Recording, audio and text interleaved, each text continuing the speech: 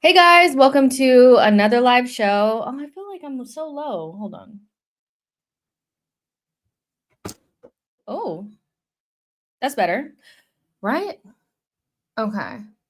And if I told you guys that I completely forgot about the stream that I set up for right now, would you believe me? Because I looked up and I was on the phone with my mom, and I looked up and it was 9:56, and I was like, there's something I need to do at 10. And I was like, my stream, like, because I had set it up like hours ago. But listen, we made it. Make sure you guys are liking the video and subscribing to the channel on the way in, and also making sure that you guys are getting into the chat and letting me know and everybody in the community what you think about the most recent Arsenal transfer news.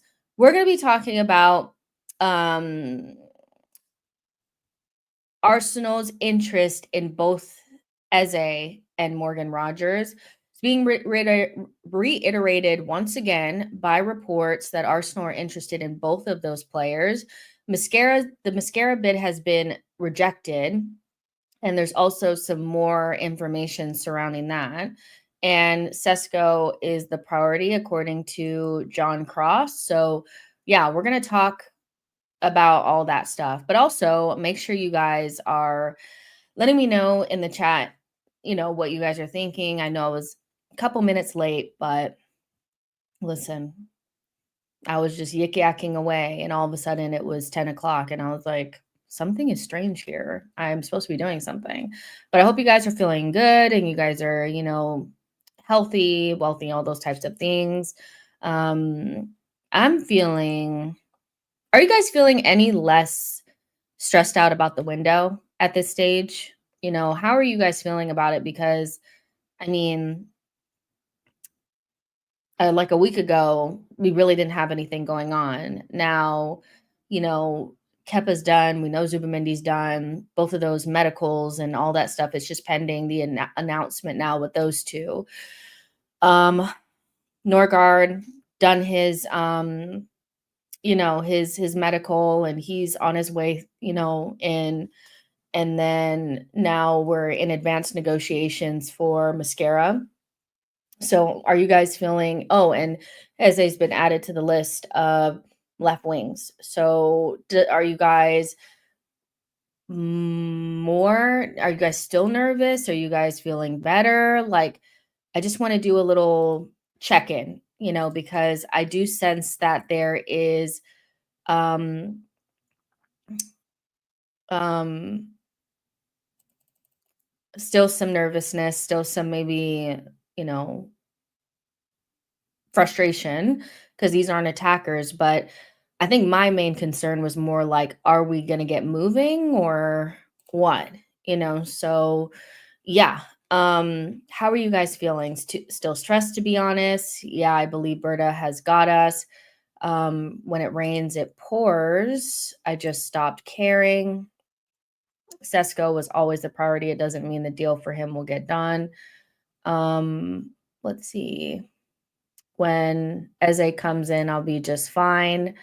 I'm not nervous. But I'm at like a point. If it happens, it happens. If it doesn't, it doesn't. So yeah, I get that. Um, that's cool. That's cool. I get that. Um, and there's been like a lot of back and forth about, the Eze situation, and, what should be happening now. Since Rodrygo still feels undecided. Ben Jacobs confirmed Sesko. Okay. Um, post this whole Eze revelation, there's been a lot of conversations, kind of everything from how is he going to fit into, is he better than Rodrygo? How, should we just ditch Rodrygo now? Because, I mean, he didn't play for Real Madrid yesterday again, I think. Or, should we still wait it out? Blah, blah, blah. So there's been a lot of conversations around, and I think the Arsenal fan base in large wants a player that is desperate to come to Arsenal, right? And right now we have Gyökeres that's waiting for us, and we have Eze. Rodrygo got subbed. We also have Eze, who has given a green light for the deal, and also has personal terms agreed.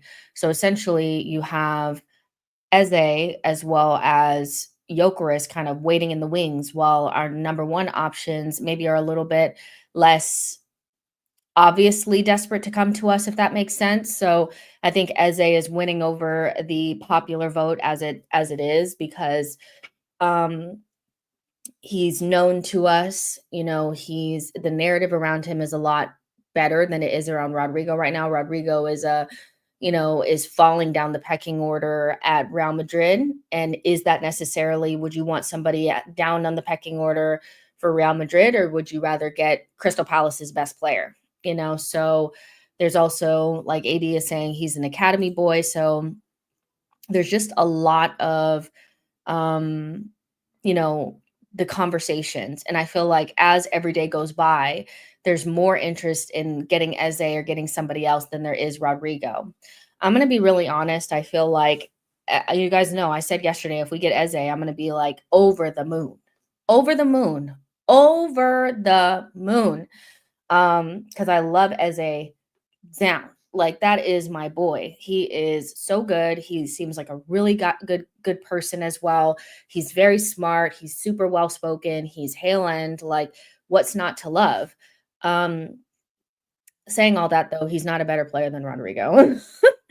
Rodrygo's definitely more talented, but Rodrygo is in a different stage in his career. He's not the best player at his club. He's not playing at Real Sociedad and being the best player there. He's playing at the best club in the world out of position, and fighting for space with, wonder kids and shit, so it's just a completely different scenario.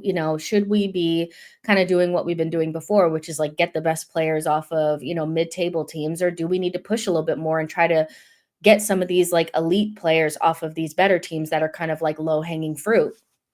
I don't know, but I do think that there's quite a bit of, you know, wanting to just ditch the Rodrigo thing and go for somebody who's desperate to come to us. Um, I don't know if I'm quite ready to jump ship just yet on the Rodrigo thing, but it is nice to know that we're more aware of who we could get if things were to go south with Rodrigo. I think for a while it was like, who are we going to get? What's going to happen? But now we know it's Eze. And also, it's been reiterated again that Arsenal are interested in Morgan Rogers, and he is a plan B if Rodrigo were not to not be able to come. It's just, I mean, these are really good options to have. I think Eze is probably the most attainable at this moment. Rogers feels unattainable to me, but they're all very talented players that offer great, levels of quality on that left-hand side. So I wouldn't really be disappointed in any of those options at all. It's just a matter of when do we pivot away from Rodrigo and move on to something else? Are we waiting for the Club World Cup to be over? The Club World Cup ends on like the 15th of July. So are we waiting for that? Are we waiting for, what are we actually really waiting on? So yeah. But Arsenal have interest in signing Morgan Rogers. He is a plan B to Rodrigo. Berta has been talking to his reps for a while. What Arsenal's interest in Rodgers and whether or not Rodgers will come are two completely different things. And I feel those things get conflated when it's a hard deal to get done, or maybe he's not as readily available as somebody else is. Well, Arsenal aren't interested in him. They definitely are. Multiple people have said it. It's not just one or two journalists. Like they're not just going to make that up. Whether or not we can get him out of Aston Villa, to me, feels very difficult, So Arsenal are continuing informal discussions over Morgan Rogers as sporting director Andrea Berta gathers intel on a range of left winger targets. He is still very much in their thinking. Arsenal and Chelsea are monitoring Morgan Rogers' situation at Aston Villa very closely. So, yeah, Rodrygo, Morgan Rogers, Eze, Gordon, those are the options outside of our number one option, um, which is Rodrigo. Eze and Rogers, Odegaard getting the bench. Jess. I think it's funny that so many people still think that Odegaard's getting benched. That's not going to happen. None of those players play on the right hand side, so keep dreaming. How much players do Chelsea want? It's crazy every window. Eze is not benching. Bench, be real. Rogers is a beast. Didn't know he played left wing. Eze and Rogers are not even left wing. But I do feel like people are being a little bit too, like, maybe rigid in the way that they think of left wing. Was Santi Gorzola a left winger? Just quick question. Was Santi Gorzola a left winger? No, he wasn't. You can play different types of players on the wing. Is Bernardo Silva really a right winger? Is Foden really a left winger? Really? Most of those players are actually just attacking mids that they play on the wing. And that's been done since the beginning of time. Football is not just if you play left wing, you all play it the same way. You can play a number 10 on the wing. You can play a traditional winger on the wing. Like City have the option to play Marmoush on left wing and to play Doku on left wing. Those two players are nothing alike, so you don't have to be a left winger in the traditional sense to play on the left wing. Essentially, what Arsenal are telling you is that they're willing to play a creative midfielder on the wing. if they can't get Rodrygo. And I think that's the right direction to go in, because the direction after Rodrygo from left wings is down. We're talking Semenyo and guys like that. And that's not anywhere near the level that we should be looking at. So I don't think that we need to always be so rigid in the way that we think of playing certain positions. Is Trossard a natural winger? No, he's not. But he plays on the wing for Arsenal. Doesn't matter. Rogers, Gibbs White, meaty guys. They're at the right clubs. If you know the final third and you're a smart player who is fit, you will find a way to make it work, in my opinion. For real, he can for sure play the wing. Sesko is not the answer. He is if you wait, but we haven't had the time. We don't have the time. Also have to consider, is Arteta going to evolve the system? Eze at left wing with the way that we play, not so sure. But if we change our style of play, then cool. Deploy him like Hleb or Rosicky. I mean, you'll have to, but Eze is such a good player that I just don't see him being. Go watch an Eze comp for me. After this, go watch an Eze comp. And I want you to see how many times I watched 3 or 4 Eze comps yesterday, and the amount of times that he finds himself on the left wing, not central. He does play central, but he finds himself on the left wing quite a bit. And the main difference between him and Martinelli is that he has more than one way to get to the next action. He can take you end line. He can take you inside. He can do so many different things. He can put in a good cross. He can find a pass to the striker. He can do all those things. He is not somebody that if he's trapped on the touch line, that he's not going to be able to figure out a way outside of just kicking it against somebody's shin to get us into the next phase of our attack. He finds himself out there so much. And I think that's the only reason why he would be on the list. When you have players that can carry the ball, that can dribble, that are good 1v1, that have a different set of tools to be used, they can get out of situations that Martinelli just cannot. He can't go inside and outside. He can't beat his man 1v1. His main option, if he gets locked up on the touchline, is to kick it against somebody's shins. But when you watch Eze, yes, he comes central, but he finds himself out wide so often. And if you watch the way that he solves problems, it's the exact way that you'd want any of your wingers to solve problems. Saida says, in my opinion, Rodgers is overrated. Villa would quote such a high fee. The fee is 100 million, by the way. I'd rather sign a winger with potential outside of the Prem. I don't mind Eze though. Let's see. Bro, Eze is not coming to Arsenal to get benched. Why do we think that Eze is not coming to play left wing? This is the problem, is that they're actively telling you that Eze is an option for left wing, but for some reason you're actively ignoring it. For what reason? Why would he be on the bench if he comes in to play left wing? What are you talking about? Like, I don't get it. Like, what is the he's going to be on the bench thing? He's coming in to play left wing, which means he's going to bench Martinelli.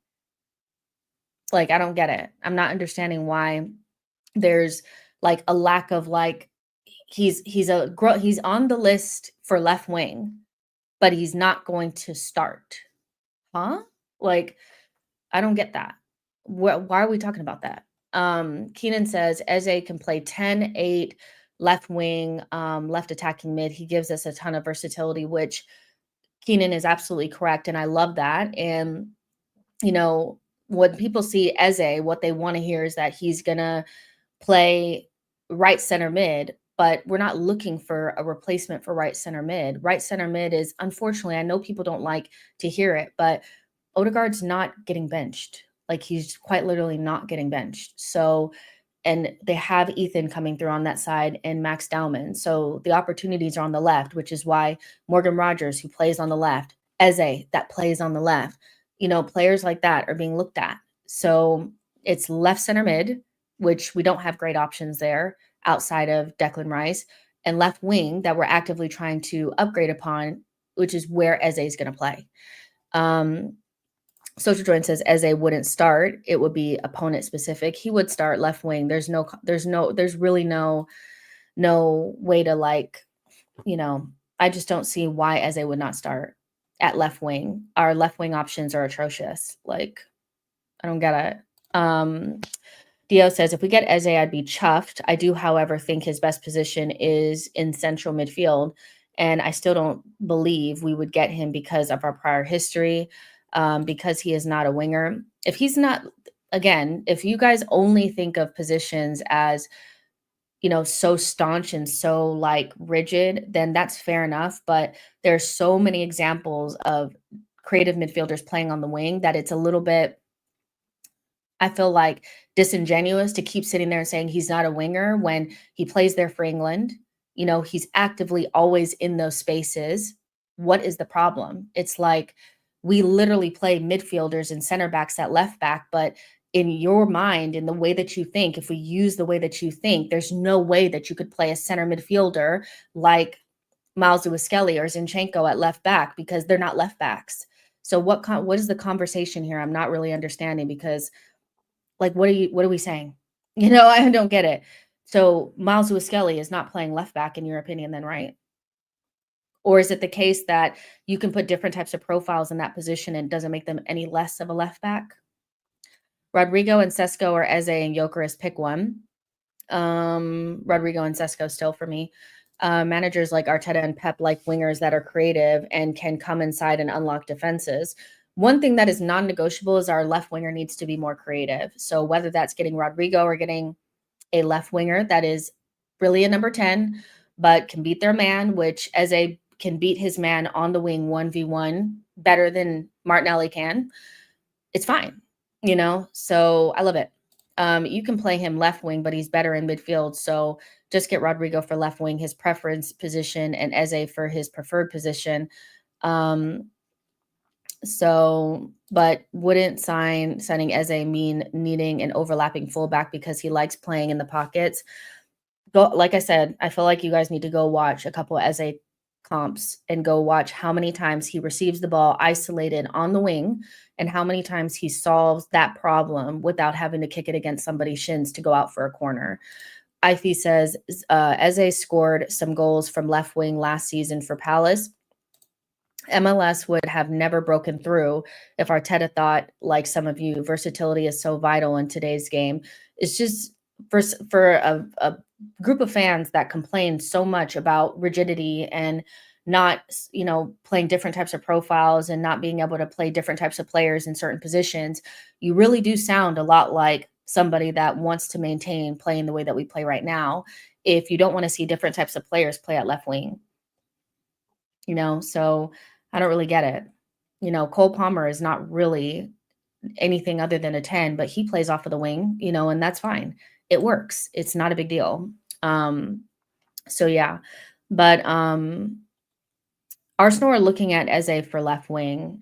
That's literally being reported. Like, we don't need to, it's not something that needs to be debated. But can he also play left center mid or left attacking mid or number 10?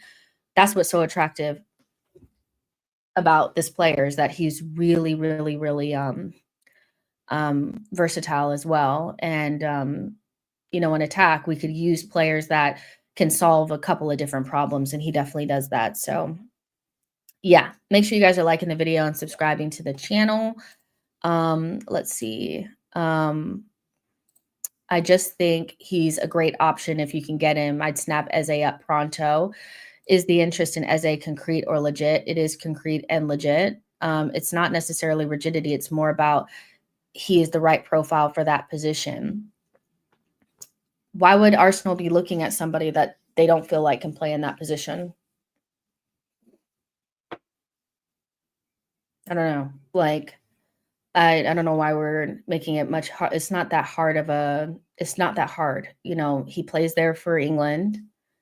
It's often in that wide area next to the touchline for Crystal Palace, but he also comes central. What's the problem?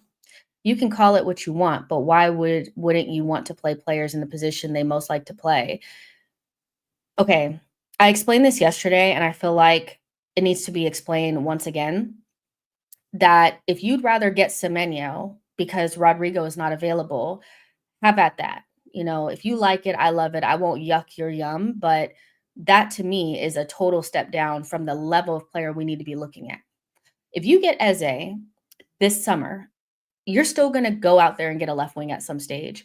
But what you're solving is at least somebody who can play left wing that is better than Martinelli, whether that's at left wing or whatever, but can also solve a problem at left center mid when we need to break down deep blocks, can play number 10. He gives you so many options. So what Arsenal are doing, instead of thinking like you guys and saying, well, he's not the into the nth degree, the perfect player to play in that position, instead of going from Rodrygo to Semenyo or Gordon, they're going sideways to different players that are at the same level as Rodrygo or as talented or just near enough in that area that actually lifts up the level of the squad that may not be a perfect fit, but makes us better. Because at a certain stage, talent is all that matters. Positions, profiles, whatever, don't matter. Talent matters. And so Arsenal are being smart instead of thinking, well, you know what? It's not perfect. He's not the perfect left wing. But if you stick Eze in this team and you put him left wing or 10 or left center mid, you're better off. And it's not really about, well, why are you actively trying not to play him in his right position? It's not that. It's you're trying to get more talent in the team despite maybe not getting the perfect profile. Get away from profiles and start bringing in talent and we'll get better no matter what. I don't get it. But if you guys want the Gordons and, the Semenyos because it's a better fit positionally and profile, how about that? But I'd much rather my club just go get much better players and make it work, Eze would be superb. Rodrygo would be fucking superb. Kind of first world problems as long as we land one. Exactly. Samuel says, Fabrizio saying there is more to come and Arsenal just started signing. Timber is more than okay at right back. Come on. I don't know where the Timber conversations are coming from, but Timber was damn near our best player last season. Let's see. Both concrete and legit. By concrete, I mean PR. So is it PR or serious? Because I don't want to start dreaming for nothing. I mean, he's on the list and personal terms are agreed at the very least, so if you need a here we go for it, then I would just say, like, if you're somebody that needs to see them in the shirt before you start to believe, or you need a bid or something like that, then don't start believing. But he's on the list according to quite a few journalists. Arsenal have a lot of the ball. We need more technicians, more players able to pick locks and disrupt the current way we play. I agree with Yo-Yo, and we have a lot of the ball and we play against a lot of deep blocks. So it's probably more beneficial to us not to have a transitional threat, regular winger for every single winger option that we have, and have one player that you can stick on the wing that's also going to be able to help you break down those deep blocks. Martinelli doesn't help you break down deep blocks, and neither does Rice, to be honest. So Eze can help that in either one of those positions. I like that option. I think Eze is a profile we don't have, and he would be a good addition to the team. I mean, people were crying about us getting rid of Emil Smith-Rowe, and he's just 100%, 10 times, a million times better option than Emil. He's the same thing. He played on the wing. Remember Emil? He had his best season at Arsenal on the wing. Is he a winger? No, but yeah. And people were crying about us getting rid of that player, but now we're going to maybe potentially bring in a better one. But he's not a winger by trade. It's not perfect, so they don't want him. Strange. The issue is English supporters swear Premier League players are better than everyone, and no one playing abroad has ability to adapt to the league. I feel like this is like an overall thing. Prem fans tend to really do believe down that the league is the only league where there's quality, and they don't really believe in talents from overseas. But Rodrygo is still more talented than Eze, and that's coming from Eze's probably biggest supporter, so Rodrygo also isn't somebody that he's not looking at Arsenal probably as like necessarily a step up, if that makes sense, because it's not like we're a bigger or better club than Real Madrid or Eze, obviously, Eze and Gyökeres, players like that. This is like they're going to a club that's the biggest to them that they can go to. So, it's just a different vibe altogether. And I know we want Rodrygo to be chomping at the bit, but he's definitely, trying to weigh out his options. So it's just different. Eze can carry the ball, thread it, punch it, lick off shots, strikes dead balls. What more do people want? I don't get it. I don't know why they cannot envision somebody that plays in those areas at left wing. He doesn't need an overlap. This whole idea that your winger needs an overlap to be successful is why Martinelli is still being coddled by this fan base. You don't need an overlap. You don't need the perfect center forward. You just need to be really good. And he just has all the abilities that you need to either play central or play out wide. He's perfect. There's no problem here. Everything they hype works for Eze can do. Let's see, we have options all for the right price. I think that that's the main thing is there's really no scenario where you'd be looking at Eze or Rodrygo and you're like, wow, like I'm disappointed in that. Because basically, what you know is that if Rodrygo doesn't work out, you have a player of Eze's level that is wanting to come, and we could get that deal done, you know. So I think it's a positive thing. Doesn't need to be spun into a negative. Um, so yeah, it looks like by September we extend Sterling's contract and sign no striker. Is that what it looks like, Nicholas? That by September we extend Sterling's contract and sign no striker. I kind of get it, but at the same time, when I see comments like this, I'm like, do you just want to be negative for negative sake? We're not going to not sign a striker. We're going to sign a striker. Like, come on. I get it that we'd like it to happen quicker, but you know we're not going to re-sign Sterling. Like that just sounds so negative for negative sake, and it's just weird. Um, so um let's see. I'm just making sure I haven't missed anything. Let's see. Um let's see. My fear with Rodrigo is he'll end up being the next Aubameyang, some dude who thinks he's a star of the show, not putting in effort. Not that I think he's coming. I mean, did Aubameyang not put in effort though? I feel like I wasn't like a super like big Aubameyang like person, but I don't want to rewrite history on him. He came in during a time where effort and off the ball and all that kind of stuff and playing for the team was not a requirement. He came in to score goals and he did that. He scored almost 100 goals for Arsenal in a short time here. So I don't really, buy into this whole thing that big players come in and they all have a chip on their shoulder. Aubameyang just everything changed so much when Arteta came in. I feel like it was kind of like jarring for him. He went from just being the goal scorer and kind of like in that traditional way. It's like going from Arson to going to like a Pep or an Arteta is jarring, So yeah, I feel like that's a little, big players coming in are gonna have an attitude. I mean, probably not, and I don't see Rodrigo as like a lazy player or anything like that, but I kinda get what you're saying, but Aubameyang feels harsh to Aubameyang, and this is coming from somebody who wanted him to go. Abba is a player who got appreciated more with time. Prime Abba is arguably a top 3 striker right now. Um, so let's see. Does Rodrigo track back though? I mean, does he play like Martinelli and Saka like a wingback? Probably not, but I don't know. Listen, I don't watch Real Madrid like that and watch their defensive actions. So, as they play so different than us. But let's just be honest for 5 seconds. He would never be our number 1 option, and we would not be waiting for him and taking all this time and wanting to convince him if Arteta and the transfer team had not looked and seen if he did some sort of defensive work or if he's somebody that be willing to. Like, I'm trying because also I want to like I know this is probably a little bit reductive, but Brazilian players are not lazy.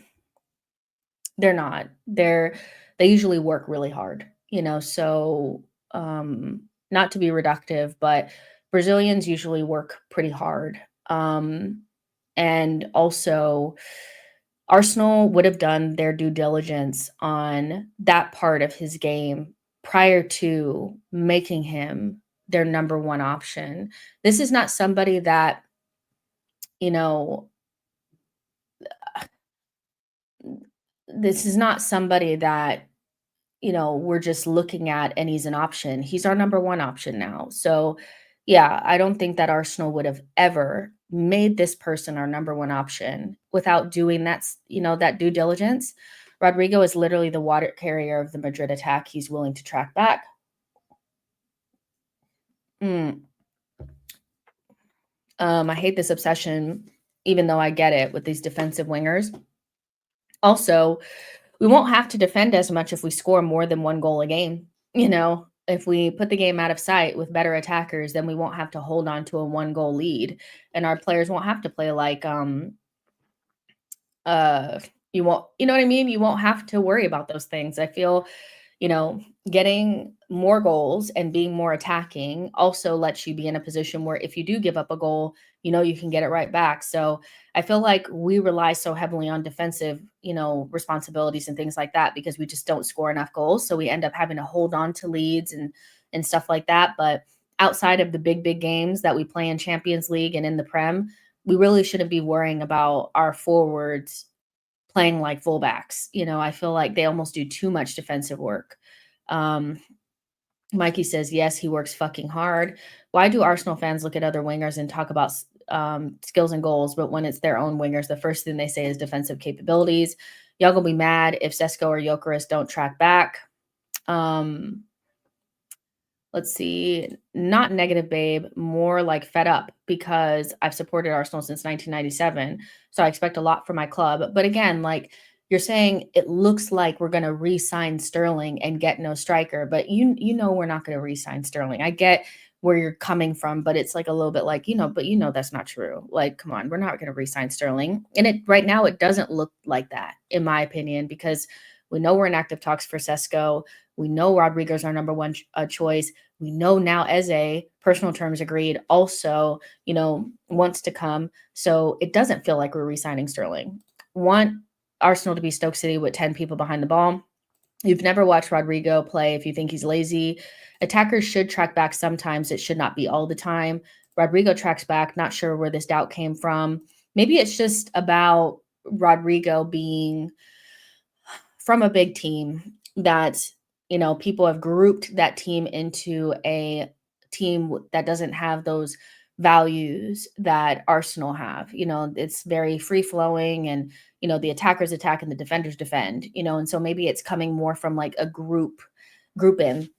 But Rodrygo is not a player that I would view as lazy. I feel even though I'm not watching him to see if he tracks back, I just would never imagine that somebody like him would be lazy, and he would never be our number one option if he was. I want to be so clear about that. Arsenal, Arteta is not going to make somebody their number one option if he hasn't spoke to them and, also watched him and saw him track the fuck back. Arteta does not play about that stuff. Um, Rodrygo is not a lazy player. Some Arsenal fans don't watch the game. He works hard and tracks back. Our fan base needs to stop being disingenuous. Eze is more lazy, to be honest. Rodrygo is literally the water carrier. Okay, so I read that. So yeah, I think, I don't think we have to worry about him being lazy. I think anybody who's on the list at this stage is somebody that they view maybe to varying degrees. I feel like some players are just not going to be as good at tracking back as others. Some attackers just are not, we're lucky with like Martinelli and Saka. You could probably put them at fullback and they probably do a good job. But a lot of attackers, they're just not good defenders and they shouldn't need to be. But if you just at least try and get in your defensive shape and track back and press, that's probably good enough. So there's probably a varying degree of that from Rodrygo to Eze to Rogers to Gordon, to players like that. And that's probably a reason why Leao's not on the list, because if there's anybody who's not a tracker back, it's probably that guy. Thank you so much, Brian, for your super chat. Says, where are you at with Mikel? I understand he's not leaving. He would be replaced if it was up to me, and he would be replaced if it was up to me as well. What do you want to see out of him next season?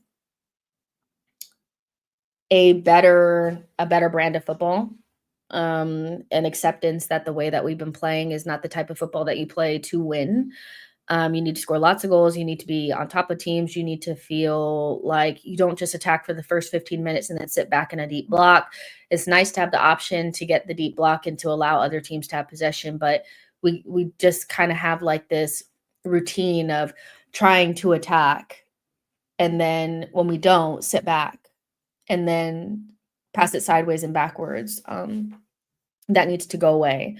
Um, Also, more rotation, more trust in the squad, more trust in Ethan, more trust in whatever defenders you have. Make sure that you're not running players into the ground, and just finding a way to tap into the mental side of the players in big games. And whatever you're doing before semifinals is not working. They are too stiff, and they're not they're locked in, but it's more from like a we've got to win instead of let's have some fun and like we're excited to be there.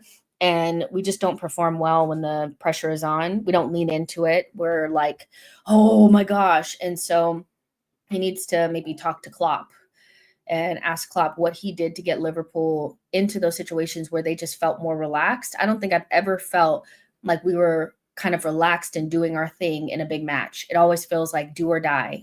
And so that's up to the manager. I know some people are like, well, it's up to the players, and all the players are just letting him down, but these are his players. So he needs to figure out a way to get them into the right frame of mind before big games. Slot was saying that for him, it's less about tactics, or, tactics are there, but it's less about tactics. It's more about vibes. And that he probably spends about 1% of the time on tactics, and the rest of it is just kind of almost like letting the players have fun. I know for a fact that's not what we're doing.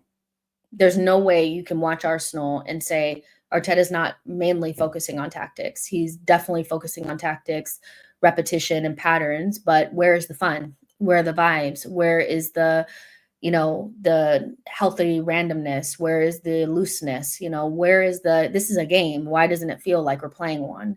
And so I feel like that's what I'm looking for from him, is less on throw-ins and corners and trying to deal in the margins, and just play much better football, maybe more like the Arsenal way, score lots of goals, implore and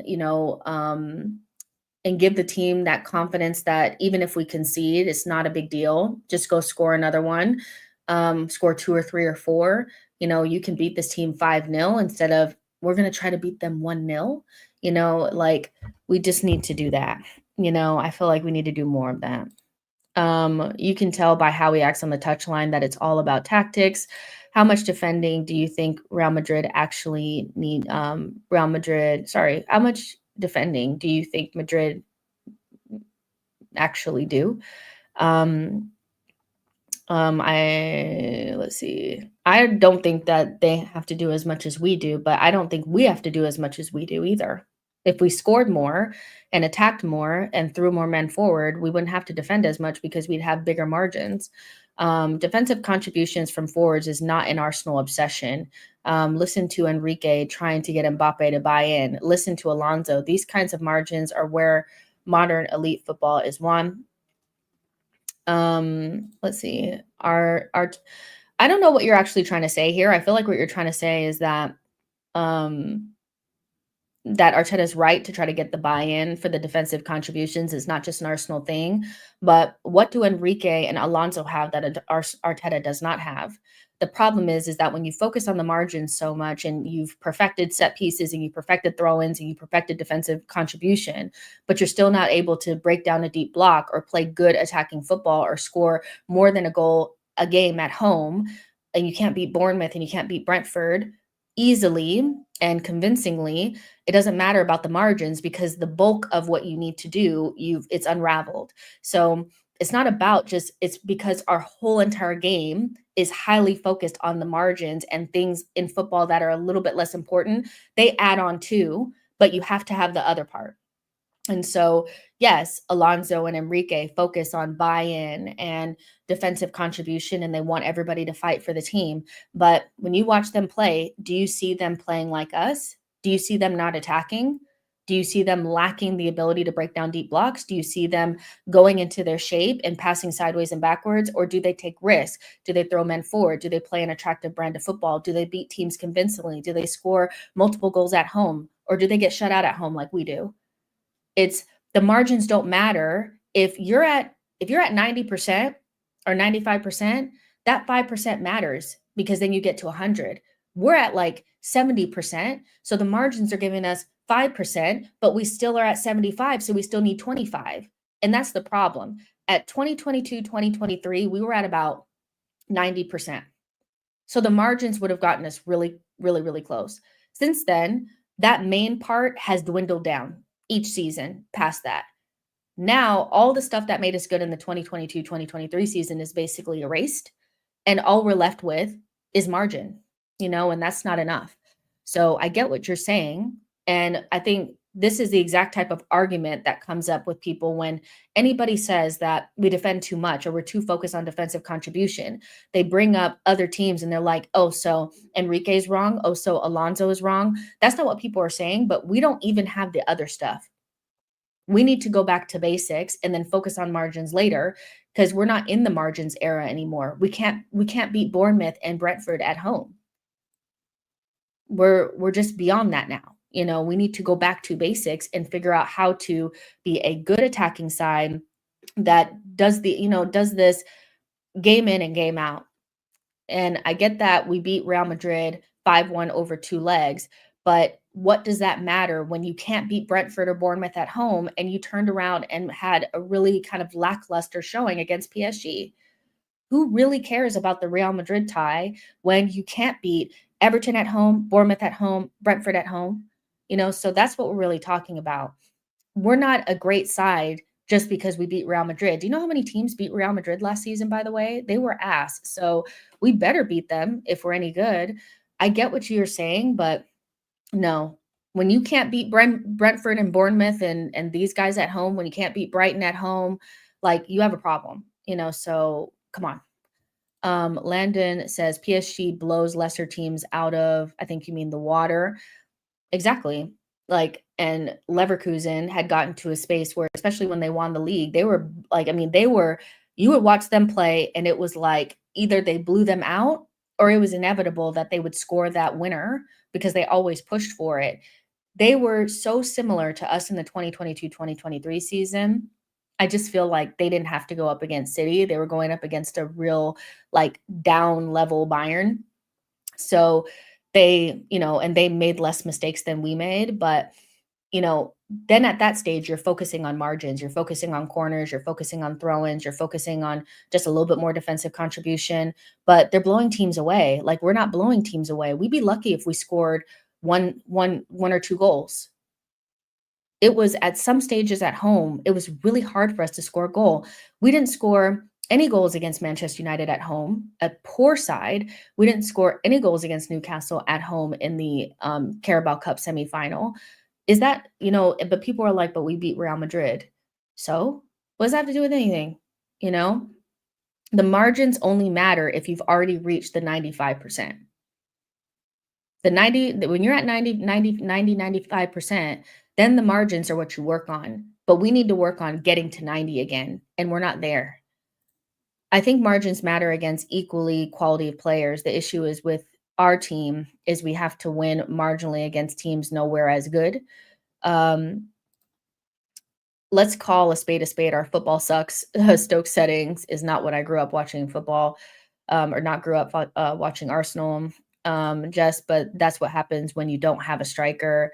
Yeah, Real Madrid had a bad season, but I did not expect Arsenal to go through, definitely not by 5-1. But what does that have to do with the fact that on a repeated basis, does one good game, because remember, when we ended the season, and this is totally off topic, but when we ended the season and I asked you guys, how many good moments did we have that season? You guys were struggling along with me to find games where we actually found that we played well.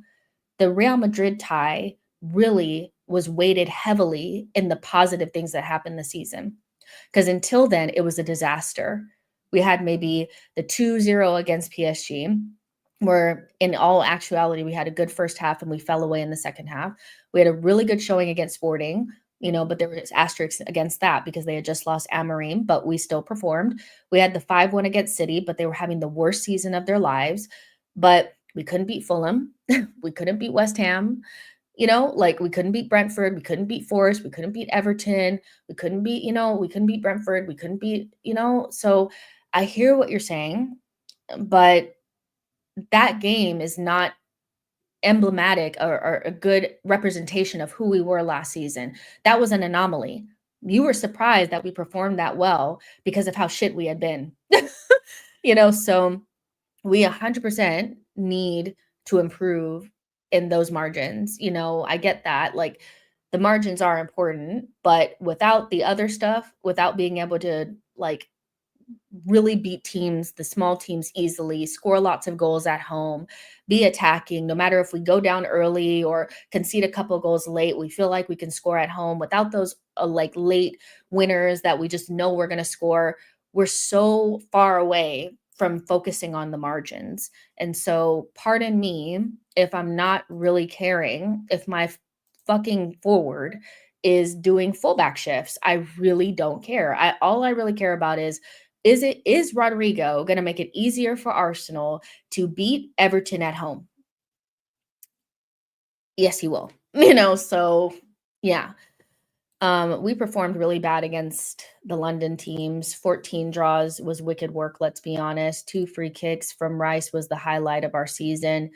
The amount of draws we had show how we played last season. So it's not that, and that's the thing, it's like we were really poor, but there was like no way, like we have to be almost perfect to win because we have to have like the perfect settings. Like every set piece has to go perfectly, our game plan has to go perfectly, but when there's like a wrinkle, it's really hard for us to recover.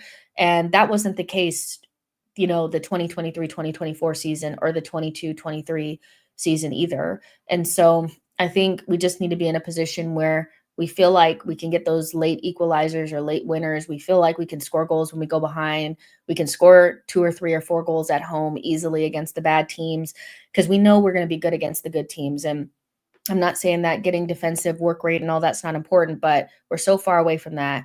And a good attack is going to change that for us. A good attack is going to change that for us. And this is why getting an Eze, getting a Rodrygo, getting a new striker, like all those things are so important because we just cannot go with what we have again. At the end of the season, our whole game plan was to set Declan Rice up for attacking, so Declan Rice was like basically like our striker. And as good as Declan Rice is fantastic. We shouldn't be setting up our left center mid to be our main goal scorer, So yeah. Let me make sure nothing else has come out. Duncan Castles is saying Nicholas Jackson oh my God, I can't even say it. Nicholas Jackson is an option for Arsenal at the striker position. It could just never be. It could just never be.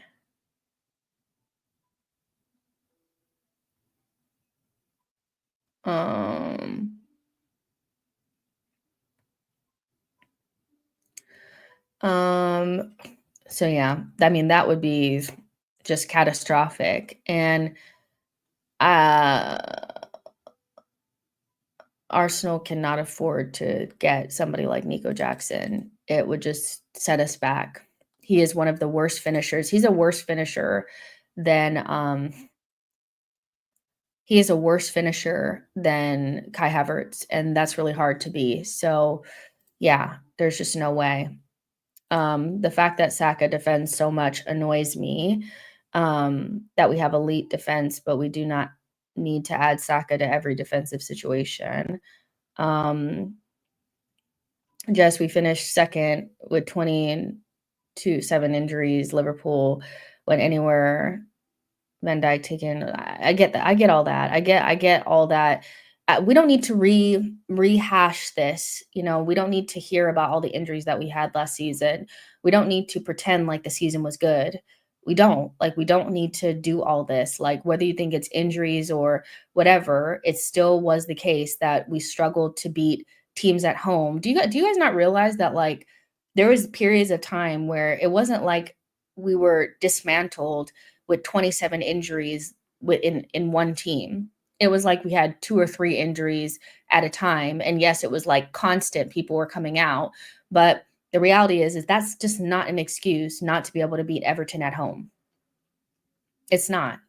It's not an excuse if you go ahead against Bournemouth at home, you don't beat them. You go home ahead against Crystal Palace at home, you don't beat them. Our standards have dropped into the toilet where it's like, well, we didn't have Havertz, so that just means that we can't beat Crystal Palace at home. Like, come on. We have to be real. But I still see people trying to find a reason why everything is acceptable. And I'm like, well, if you think that having 27 injuries is a good enough excuse for why we can't score at home against the mid-table teams, fair enough. Let's not get a striker or a winger. Is that what you want? Because everybody will be fit, right? If your answer is not yes, that I would just go with what we got, and not get a new striker, because if Kai had been there, everything would have been fine. Or if Martinelli had been fit the whole time or Saka had been fit, we would have been fine. Fair enough. Let's not get anything. But we still need stuff. So why are we pretending like it was just injuries? Like, come on. Like, we don't need to do this. We don't need to. I know people want to protect and, make it a reason. It doesn't. We're not good enough. Attack wise, we're not good enough. We haven't been. It's just not that deep. We don't need to rehash it again. It's just crazy. I don't get it. Let's see. Before the injury, some of our performances were not good enough. And we didn't have, like, we played against Fulham and we played against Fulham away from home, mid-table side. And yeah, we had some players out. So, like, Gabriel wasn't playing and Kivior was in. And I think Thomas Partey played at right back. We had Declan Rice, or Jorginho and Declan and Odegaard, Saka, Havertz, and Martinelli. And that team couldn't beat Fulham away. And it's like, yeah, but when the lineup came out, you guys weren't saying we're going to not beat them. Like, so it's just crazy. But Fulham beat Liverpool, so that's a reason. And we had injuries, so okay. We were good enough. It's just injuries. I think some of you guys are really like, I don't know what Mikel has done and what you've been reading and ingesting, but you are fully indoctrinated in this idea that because we had injuries, it just made sense that we couldn't beat any teams at all. And even if we had Saka, Martinelli, and Kai Havertz, it means that it's okay not to win. It's just okay. Fair enough. But listen, if that's your truth, then I also want you guys to be okay with us not getting anything. Because if all it took was for us to be fit, then you shouldn't be crying about getting a striker. You shouldn't be crying about Rodrygo. Shouldn't be crying about attackers because, I mean, they're gonna be fit. So what's the problem? Quickly, why do you want attackers if all we needed to do was have them be fit and we would have won the league? Like, come on, wild. We seem to be playing the same way the last 3 seasons, just added better players, but we're getting found out, brains off everyone. It's wild. It's just wild. Injuries impacted us, of course, but we're just at the stage where the justification for not winning certain games, even at home with maybe 1 or 2 different players of our starting 11, is just nonsensical. It's just crazy, but whatever. Arsenal signed Brazilian forward Merchandinho. Not because of bad preparation or recruitment. It was all luck. It's cope. I agree with Jordan. It's cope. It's scope. It really is. Yeah, the loss in the FA Cup to United broke me because it was the same manner in the same round of the FA Cup the season prior at home to Liverpool. No, it was just injuries, Wayne. What do you mean? If we had just had our fully fit team, then we would have just won that game. By the way, like, we weren't really missing people in that game because Kai played in that game, Odegaard played in that game, and they had horrendous games. So what are we talking about? But okay. But Fulham beat Liverpool, so that means that it's okay to lose to Fulham or draw to Fulham away from home, because this is a team that, we're supposed to be beating. Like, I don't get it. It's just crazy. And by the way, Liverpool only lost like 2 or 3 games, so I'm not trying to hear that because they lost it, it's fine that we lose it. Where are our standards? Like, I hate to be a league gunner, but your standards are in the ground. Like, but so and so lost to them. A Man City lost to them, so it's okay. I'm tired of hearing that shit. It's not. We need to be honest. Arsenal wasn't good enough last season. We need to stop protecting Arteta. It's okay that he can be criticized. I mean, it's just crazy. United game is an outlier where we didn't convert. Let's not use the United game. It's silly. All right. Everything is an outlier. Everything is an outlier. Everything is luck or PGMOL or injuries or the wind wasn't blowing in the right direction or, the grass wasn't cut as much or, it's just so ridiculous. Sometimes you're just not good enough and the expectations are in the toilet. Well, I'm not saying that we should have been able to beat, prime Barcelona with the team that we had, but I do expect us to beat Everton at fucking home. Yes, I do. Like, are you okay? Like, what? Because when we got the lineup out, y'all were not saying we're going to struggle with Everton. Like, but you change your opinion. It's like, oh, well, injuries. Like, come on. I think both Saka and Odegaard played against Everton as well. If they didn't, I know at least Odegaard was in there. We had our best midfield at the very least. So I'm not an Arteta fan, but our team played bad due to lack of squad depth and injuries. It doesn't take a genius to understand that. I mean, it doesn't take a genius to understand that even with certain players out, you should not be able to score a goal at home against certain teams. I know that. It doesn't take a genius to understand that. And it happened multiple times. It didn't happen 1 or 2 games. It happened at least 3 or 4 games at home. So, hello? Like, come on. Wow.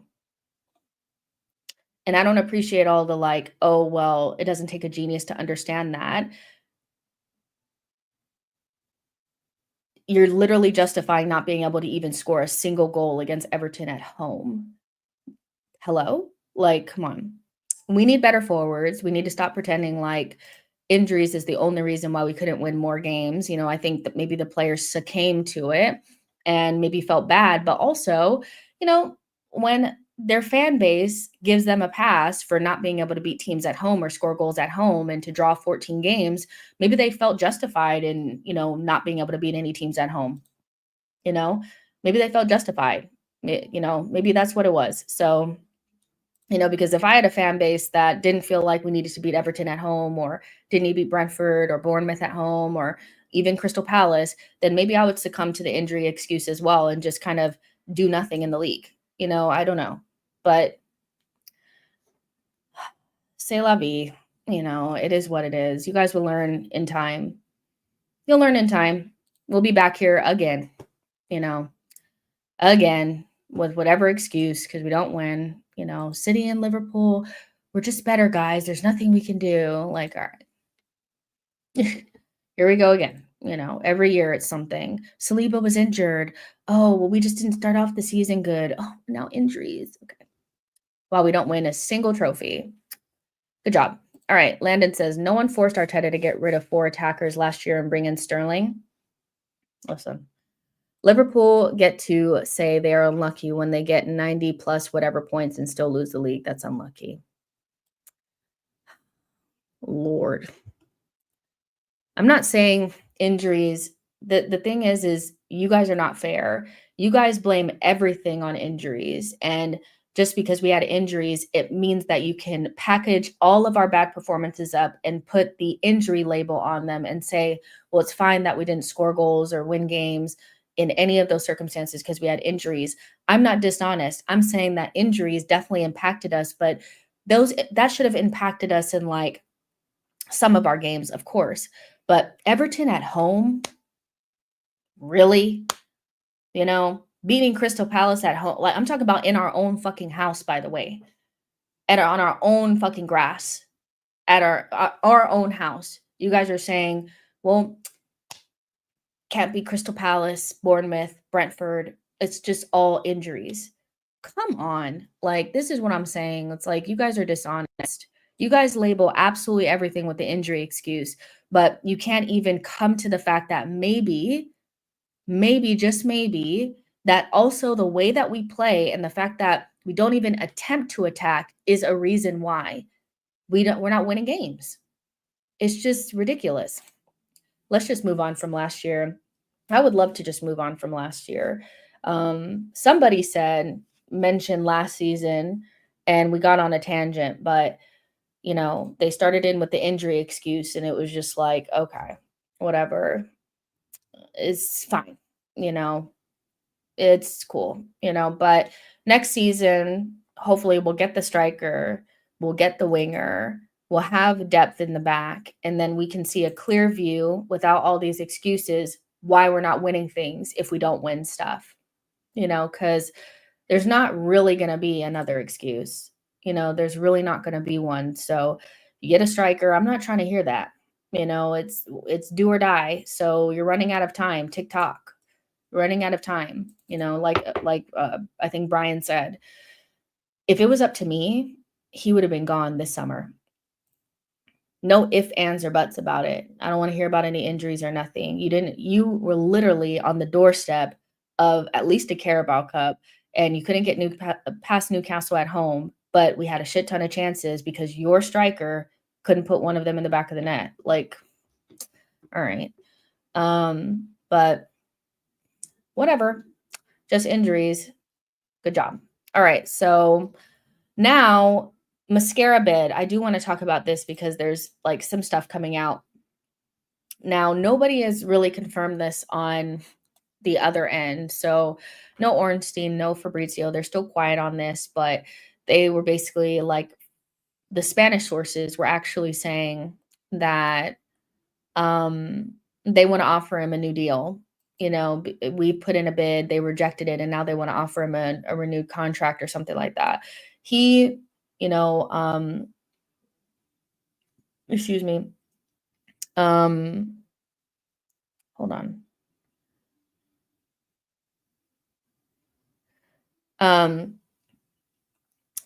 Now it could be negotiation tactics to make sure that we come up on the bid.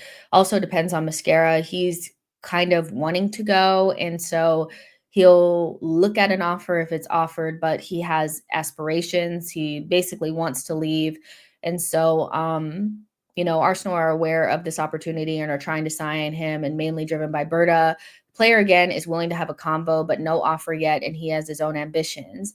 So they're trying to do the we'll renew him if you don't give us more money thing, and so I don't think we have anything to really worry about with this. I just think we need to put in another bid, and it's already been, reported that Arsenal are upping their bid and going in with the second bid. So let's see how it goes. I still think this goes through, so we shall see. But I wouldn't get too worried about that yet. But Mascara is so good, and he would be a great signing for us. Not sure what that does for Kivior, but it definitely helps Saliba, and that's the most important thing is Saliba. You want to get him to resign. He needs to know he's protected for the World Cup coming up this summer, his first real World Cup, where he's probably going to be a starter for France. So he's going to want to know that he's not going to play every minute of every game. He's not going to have to play Carabao Cup games and, stuff like that. We're going to be able to keep him fresh for us and also not running him to the ground for France. So somebody like Mosquera really helps that. And, I'm hoping that this gets done sooner rather than later. And of course, every team that we negotiate with has to, except for Chelsea, needs to fight back and stuff and start nonsense and whatever. But, Spanish media is also very, they play a part of the game, the media game. So I wouldn't worry too much about that. Um, um, let's see. Moving on, I hear from Lee Judges, funny, I know that people say Norgard is good business. Who the fuck even said that? It's not. 11 million plus his wages are still less than um party's wages. I don't get what this means. It's you're saying it's less than party's wages. Okay. So the problem is, Johnny, is that whatever it would have kept Arteta Arsenal would have had to come up on their thing for party. And so I really don't want to go through this again, but again, disingenuous, basically lying about the scenario as if Arsenal did not offer him a new deal. They offered him one, he didn't want to sign for it. So the wages that you're talking about that would have been less than what you would have had to pay for Norgard are the wages that he rejected. So in the end of the day, whether you like it or not, he didn't want to stay enough. And so he wasn't kicked out. He didn't have his bags packed and he wasn't kicked in the ass out of the door. He wasn't drug out like or anything like that. He was offered a deal. He didn't want it because he wanted more money, which he, whether you like it or not, Arsenal have the right to refuse him. And he's out the door. So Norgard is only here because Party didn't want to sign. It just is that simple. We don't need to redo it over and over and over again. He quite literally didn't want to sign, so I don't know what to tell you. He rejected the wages.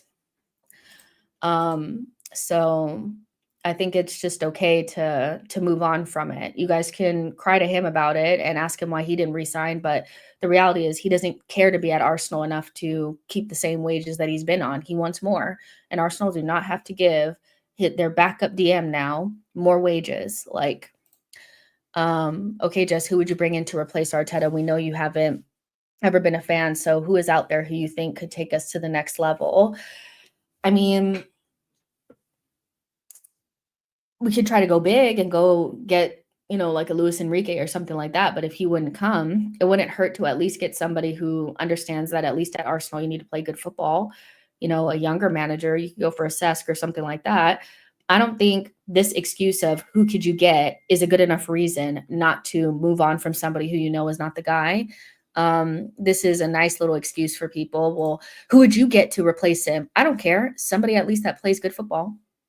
So somebody who plays at least good football, somebody, who, I don't know, has won things before, pick someone, but it doesn't have to be Luis Enrique. It doesn't have to be, Ancelotti, but I'm not going to keep Arteta just because we can't think of somebody, that's up to Berta to find somebody.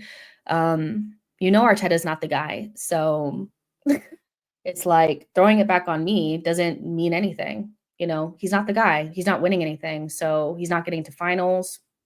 So I don't know what to tell you. If you need me to rattle down a list for you to make it valid that maybe I would get rid of the guy because he's not winning trophies, that's fine. But that's neither here nor there. If you're scared to keep, you rather keep somebody who is not good enough instead of moving on and going to something else. Fair enough. Let's see. The reason why who would you get is a bad question is because it sidesteps the main point, which is Arteta has failed. Exactly. Like it's all just like lies and deception to try to like mar the question and try to keep anybody from having a logical conversation about, like in a relationship. Let's say like in a relationship, you're with somebody and they're not the one and they're okay. It's not like you're in hell, but they're definitely not the one. There's an argument to say that moving on into the unknown at least opens up the opportunity for you to do better, but you cannot do better if you just stick with the same thing. And so Arsenal fans want to fearmonger that there's nobody better and to fearmonger against the unknown and make you stay with something that they know is not good enough for fear that it might go wrong, but there's also the opportunity for it to go right. And so for people that are so positive and so hyper positive all the time to be so negative about potentially there being a better manager out there for us feels very disingenuous, So but whatever. Arsenal fans shouldn't scary to lose Arteta. He's not Pep, Klopp, Mourinho, or Wenger. He's a good manager, but not world class or a winner. And I also think that like this whole idea that all the good clubs are going to come for him is just it's funny. What big club is coming to get Mikel? Like, I'll wait. What big club is going to bin off their manager to bring in Mikel? PSG? Really? They're going to get rid of Luis Enrique? Real Madrid? Barcelona? Are they going to get rid of Flick? Who is really binning off their, I already saw that Manchester City are trying to get into conversations with Sesk to take over for Pep, but you guys wouldn't take Pep, or you guys wouldn't take Sesk, would you? Because he was a snake or whatever. He'll be the next big manager, so it's probably going to be Sociedad, or something like that, taking him. Bayern, they've already won with company, so why would they go for Arteta? Arteta hasn't shown any prowess in Europe, which is the only thing that company doesn't have. So why would they switch away from somebody who helped them win the Bundesliga? I'm just being honest, so it's fear mongering against potentially things getting better. Liverpool fans did that. They wanted to keep Klopp around because they feared the future without him. It was so good. This is also somebody who won, by the way. So there is an actual reason to fearmonger around maybe losing Klopp. But Liverpool fans were scared to move on from Klopp. And guess what? It worked out for them. They got a manager from the Netherlands, for fuck's sake, brought him in, and he pipped Mikel to a title. So we don't need to be afraid to move on. I think our fear of movement is why, as a club, we don't move forward, because there's so much fear. There's so much fear to move. There's so much but if it goes wrong, but all those moments of if it goes wrong, we're just going to stick with what we have are the reasons why we don't move forward. Big clubs are not afraid to make big decisions and take risks. Big clubs always take risks. Small clubs do not. They fearmonger, so that's all I'm saying. I wouldn't, keep Mikel around, but he's going to stay. So he needs to get the best possible players he can so we can get a clear vision. And, he'll either win or he won't. He'll either win or he won't. That's just the truth, I did say someone said Liverpool fans. I said that Liverpool fans were fear-mongering around losing Klopp because of the unknown about what manager could come in and actually do better. Meanwhile, you guys brought in a Slot, who was kind of unknown, not really super unknown, but not a world-class manager by anybody's imagination, and came in and won the league. So we don't need to be afraid of moving away from Mikel or there's a real reason to be afraid to move away from Klopp, but it's not like Arteta is, winning things, or there's not a list of people that are potentially a little bit better. That's all I'm saying is this whole idea of, but what's better out there? Who could possibly? It's like, you guys, Man City are already talking to Sesk to take over for Pep. Can we get over this already? Come on, move on, And I know who Sam knows what I'm talking about, because it was happening. People were like, Slot, who is this guy? Who is Slot? And of course he could go wrong, but right now it's not like we're winning. So what's the problem? But it is what it is. I don't know. Maybe I don't know anything. Sesk won't be bad. There's nothing to fear. If it doesn't work this season, I think Berta will ask Stan to make a decision. Just my thoughts of now. And then also, just because it goes wrong with one manager doesn't mean you can't sack them and start over. We're totally afraid to, move on and do something new, as if we're stuck with the person for the rest of our lives. It's fail fast. I don't really want to go into the Chelsea model, but I also don't feel like this model makes sense either. You're not going to find another Arson. You're not. And even Arson should have probably been gone 10 years earlier. That's all I'm saying. So, yeah. But if you guys want to stick with Arteta for the rest of your lives, fair enough. He's going to get another season and he's going to get backed. So we will get to see. And we'll probably, if we're having these conversations again, I'll harken back to this time and say, but you guys said it was injuries. So now what?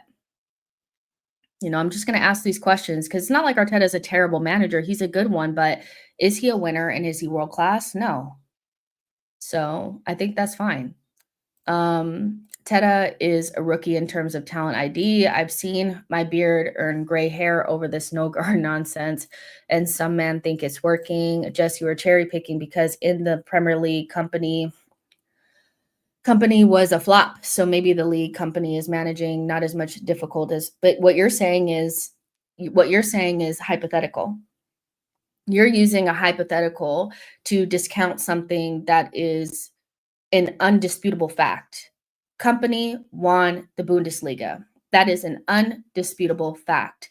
What you're arguing against him is a hypothetical that the Bundesliga is so much easier that Arteta could go to the Bundesliga and win that league. Because that's essentially what you're trying to say. We don't know that because there's no like evidence of Arteta being a winner, but there's evidence of company being a winner. He also had one of the worst teams I've ever seen.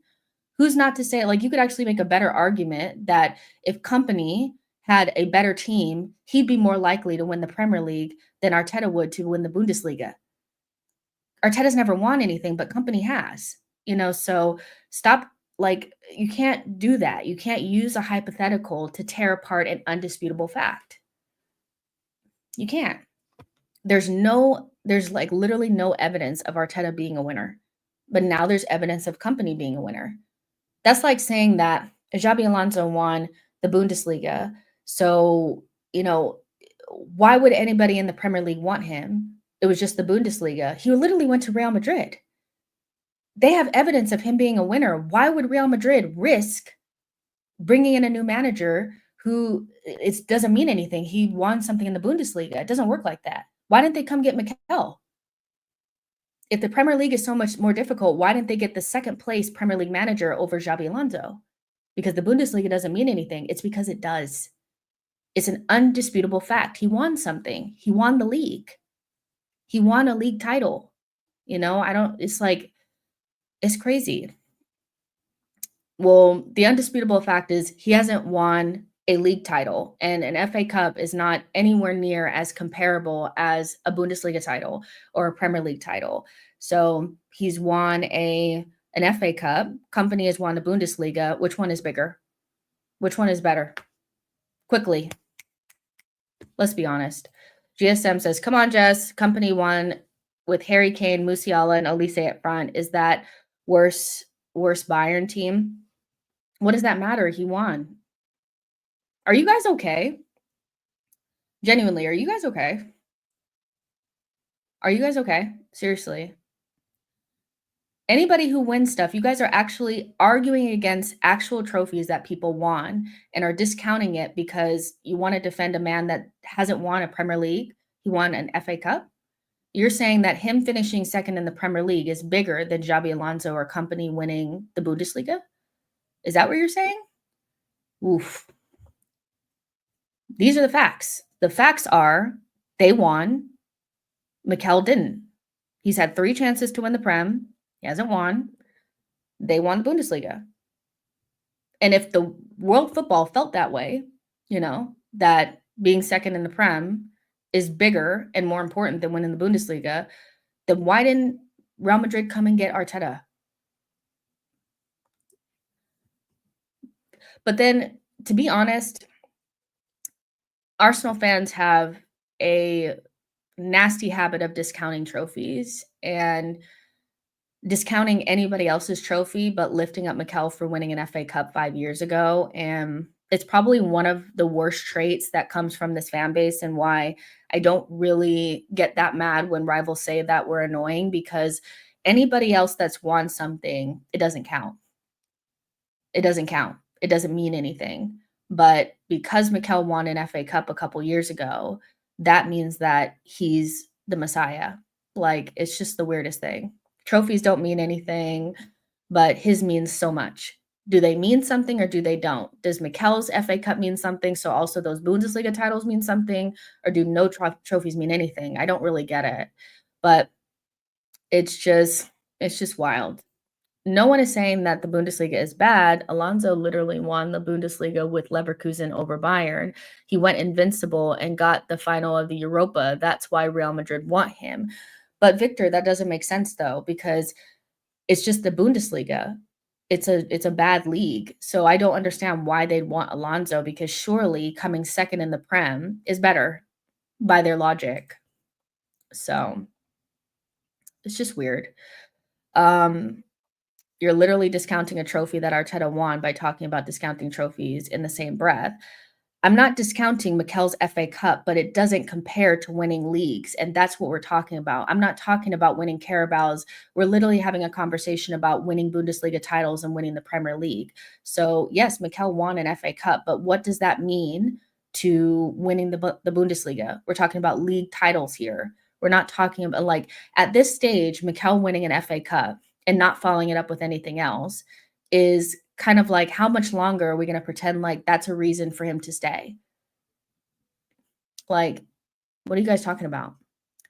The consequence of overvaluing the Premier League because it's not working other leagues. I agree with you 100%, Jess. It's baffling to me. Are Pep's achievements suddenly null and void because he had super teams at his disposal? You still have to win the super. You have to win with the super team. Well, until he went, their company had been sacked at both Burnley and Crystal Palace. So the fact that until company moved from the Premier League, that was when company came into his own. I'm not saying that, Jess. I mean, he won the Bundesliga title. I don't know what to tell you. You know, he won the Bundesliga title. That cannot be taken away from him. You can make an argument that company was just too good to coach Burnley and Crystal Palace or wherever the fuck he was at. And when he got a better team, he was able to use his tactics and all that kind of stuff, but he won the Bundesliga title. You can't discount it from him. He actually won it. It's so strange. Like, it's hard to hear because Mikel is underperforming right now, or he's not winning anything. So you're grasping at straws, but he won it. So you can't take it away from him. He actually won the trophy. You can't take it away because the manager that you're trying to protect hasn't won anything. You can't do that. Doesn't make sense. All these hypotheticals, yeah, but it's so much of an easier league. It's just okay. All right. Bayern have won 18 of the last 19 times Arteta would win in that league. You don't know that. You don't know that.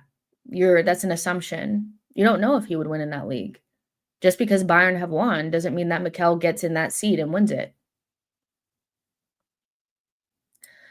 How come previous Bayern manager didn't win it? I don't take it away. Like, I'm not taking away Pluto as a planet. I just don't give a fuck if Pluto is not planet and company won that shit Bundesliga. Well, even if you don't give a shit about that, what you can give a shit about is Mikel's not winning anything. He won an FA Cup 6 years ago. And since he's been the manager, full time, he had the half season and now he's had 5 full seasons. He hasn't won anything or gotten to a single final. So you could care about that. You don't have to care about the Bundesliga, or if company won something. You don't have to care about that. But this whole idea that, like, he's, I don't know, it just feels very like you're grasping at straws and he hasn't won. Like, so I don't know what to tell you. And Arteta because won more trophies. Again, stop saying he didn't win anything. Just say he won awards that are worth less. He won award less. But he did win something, just cups that aren't less. I mean, that are less than he won an FA Cup. And are you guys actually counting the Community Shield? Really? Okay. Now he's won awards. All right. Cool. He quite literally has won an FA Cup, and that's great, but he hasn't gotten to a single final yet. And you can't question it or say that it's underachieving because he has a much better team now than he did when he took over, and he hasn't been able to make a final. So Does that make it any better that he won an FA Cup 5 years and not 6? Okay, so 5 years ago. Does that make it any better? Being pedantic about 5 or 6 years, or did he win an FA Cup, and is that trophies or not, is so, like, it doesn't matter because he's not getting to finals or winning anything now. We'll be 10 years on, and you guys will still be talking about that FA Cup. But yet and still companies doesn't Bundesliga title doesn't count because Bayern win it every year. Make it make sense. Will you keep this energy when we win stuff this year? Just curious. If and when we win things, yeah, then he'll be a winner. Up until this point, he's not one. I don't feel like I don't need to hold my opinion on him just in case he wins something because I don't need to do that. Right now, he's not winning titles. He's not winning trophies since 5 years ago. So we're on a trophy drought. We're on a 5-year trophy drought. So make that what you want it to make it. But it's just at this stage, it's you guys don't sound like you just sound more like you're trying to argue about something that you don't really believe in. So you're using weird arguments and things like that. And it's not football. Like, it's not football at all. We're on a trophy drought. We're not getting to finals. He hasn't won a trophy since the first FA Cup, which was 5 years ago. Like, I don't really get why there's like this. What do you mean, Jessica? He's fine. Like, what do you mean? Like, it's just wild. I'm delusional about what? Did I imagine not winning something for 5 years or what? He's not a winner. Like, he's not getting us over the line. No finals in 5 years. No trophies in 5 years. Did I miss something? This is a poor argument back to Clive, Elliott, and the rest of the lads' Arsenal vision. Fair enough. Go back to that, because I don't feel bad. It's just you guys are deluded. Sorry. I know that sounds mean, but you guys are deluded. It's just this whole argument about he's fine and he would win in the Bundesliga and he is a winner and he had injuries, so he doesn't have to beat Everton at home, and it's just you shouldn't be questioning him. It's just brainwash. I don't know what he's paying you guys, but my goodness. You can't pull all of it on the manager. It's simply a blatant lie. How dare you question the cult leader, Jess? No, I'm a fair guy, but the community shield doesn't count. I mean, come on. Like, he's won one FA Cup in 5 years, no finals, and people are actually in the comment section discounting Bundesliga titles over the fact that Mikel hasn't won anything. Like, that's just crazy. That's just wild. And when I say he hasn't won anything, I mean he hasn't won any titles, Premier League titles, Champions Leagues. This chat is wild in parts. It's all opinions, but damn, so much protection for this manager. I've quite literally never seen anything like it. It's just he's good, but he's definitely not, we don't know if he can get us over the line yet in a title race or a Champions League, which is kind of the remit for Arsenal. It's not one FA Cup in 6 years. That's what Tottenham would expect. That's what, a Brighton would expect, or not even a Brighton, just I guess like Tottenham would expect. But the standards are getting so low that if you have a couple injuries, not being able to beat certain teams at home is acceptable. And it's just nonsense. Let's see. Jess, it's a cult. Arteta fans are football version of MAGA. I just think at this stage, it's like we already see what direction it's going in. And even if he gets his players and he doesn't win anything, they'll be even more staunch in their defense in him. And it just is what it is. I don't see it. I don't see why this manager is so special. He's not a legend of the club. Yeah, I really don't get it, you know? I get, like, the first 4 years or so when he was building his team, but he's had his team, you know? He's hasn't gotten us over the line. So, yeah, definitely gonna blame Berta for sure. Okay, let me reward. I think Arteta is a better coach tactically than Company. Other aspects are debatable, winning mentality, man management, but I think Arteta is a better tactical manager. And I don't think anybody discounts Arteta's tactics. I just think, remember when I said like earlier what Arteta needs to change, it wasn't really a tactical thing. It was more about getting out of the tactics and get into some fucking vibes. You know, your team is stiff, you know, they're rigid like you. And they need to let go a little bit. You know, they need more vibes. They need more fun football. They need to, you know, try to add to this defensive solidity a little bit of, you know, aggression in the final third. You know, that's it. Um, so yeah, it's just not that deep. And all that. But if he wins something, how about you start coming having that conversation when he actually wins something, when he wins a Premier League title or a Champions League. When he does that, then come back and because he hasn't done it yet. So you can't speak on it as if it's happening. It's not happening. He hasn't done it. Stiff. They are stiff. They are very stiff. Um, let's see. Stop being so stupid. It would be a different conversation if we were 15th like United or 16th like Spurs. We have been title pushers for 4 years. I wouldn't call being like 14 off the top this past season a title pusher, but listen, if you're okay with being second and you think that not one point these last 3 seasons that we should have won, fair enough, but you're no better than Tottenham in my opinion. You can start calling us spicy Tottenham if these are your expectations, that the only time that you can be disappointed or unsatisfied is if you're 15th or 16th, then we're not Arsenal. You are a Tottenham fan. So either go with Tottenham or you can start accepting that we're just spicy Spurs because that's just insane. Like that is shameless what you just said. Um how are grown men content with being title pushers? And only for 2 seasons, by the way.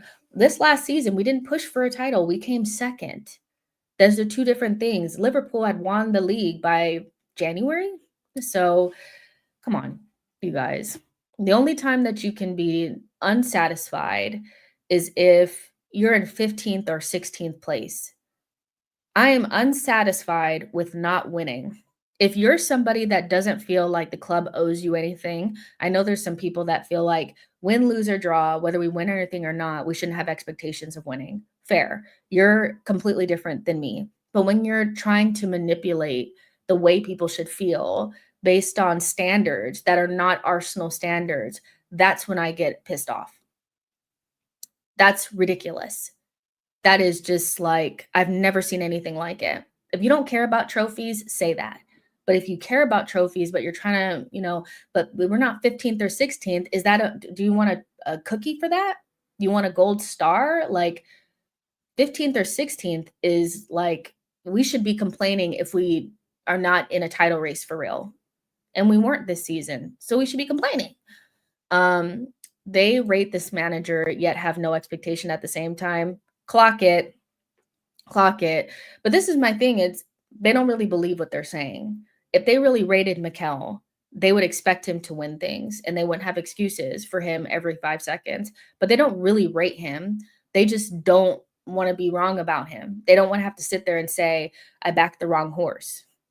You know, I never really wanted him to begin with. I've said that many times. Try to get behind him and be patient for about 2 seasons because I was like, well, got to build his team. You got to give him time, blah, blah, blah.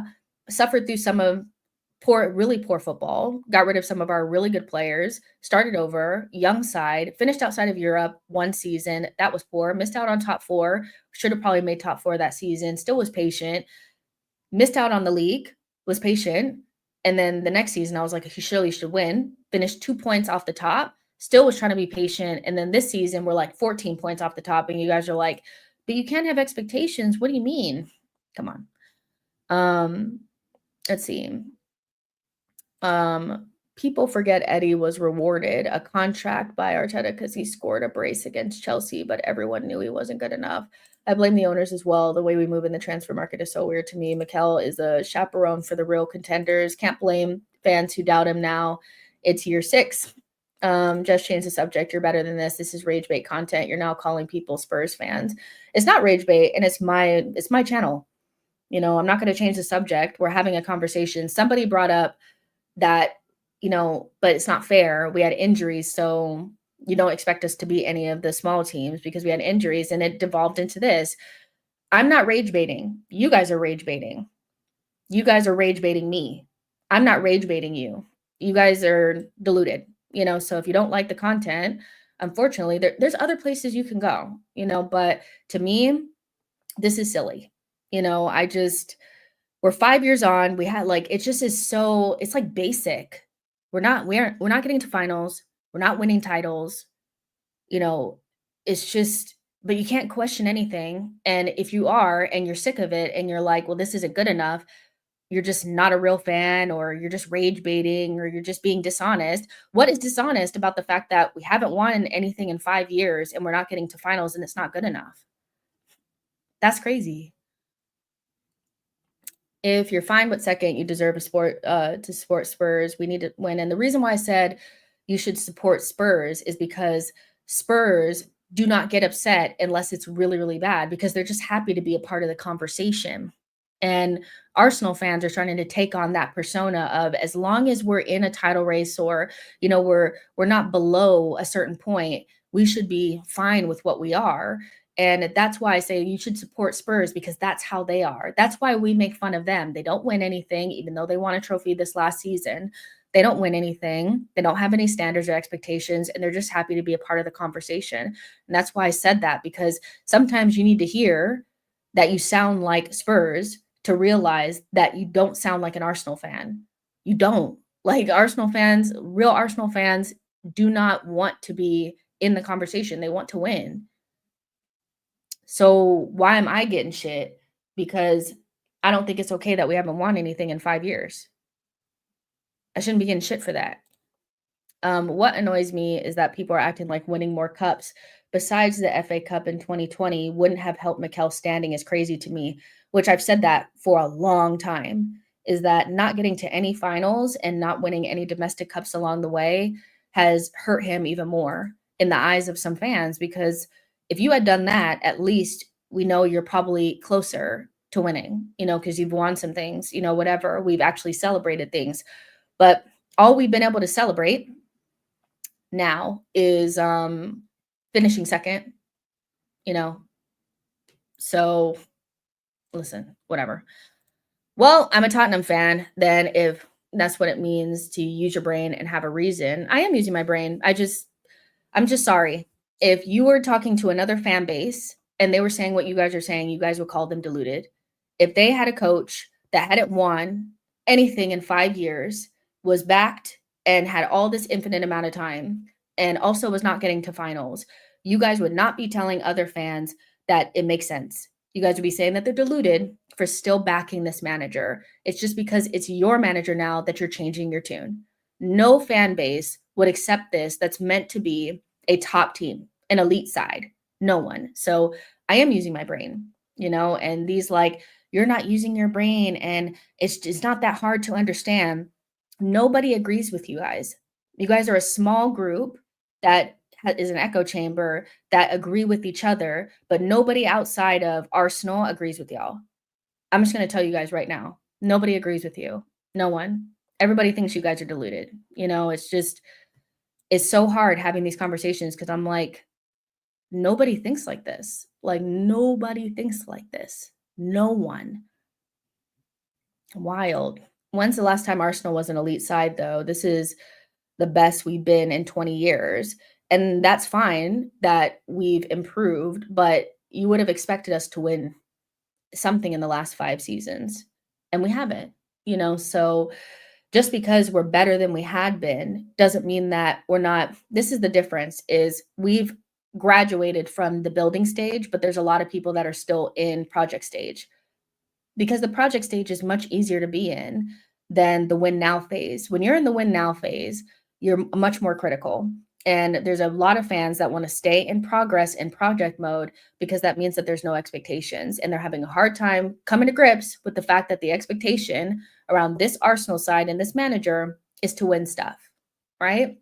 And so, yes, there was a period of time, probably when we didn't make top four and when we didn't win the first title, right, in 22-23, where that was the mindset. The mindset was, when was the last time we were an elite side? This is the best we've been in 20 years.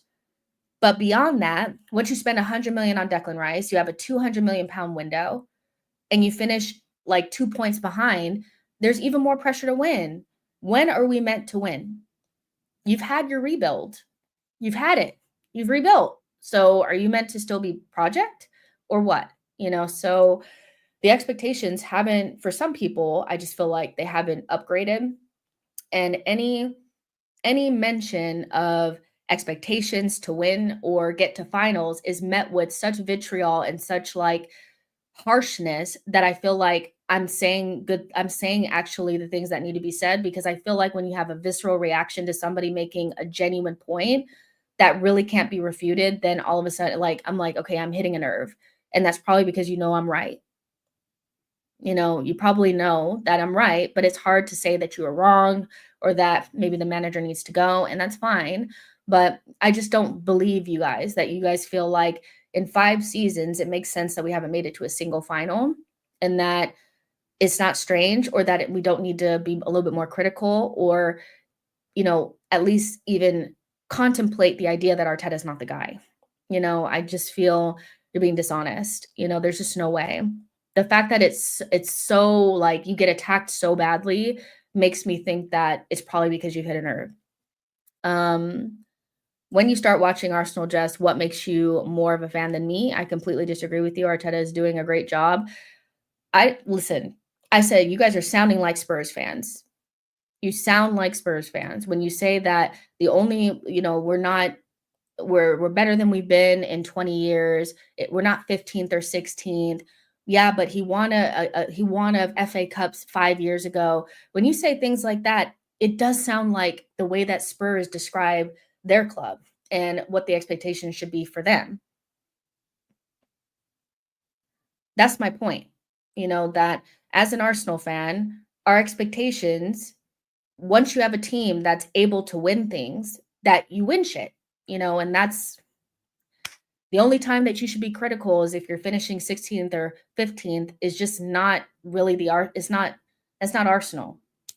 In 1 minute, you guys are upset if people don't call us an elite side or don't rate Arsenal or don't think we can beat PSG or don't think we can beat Real Madrid or don't think we can win things.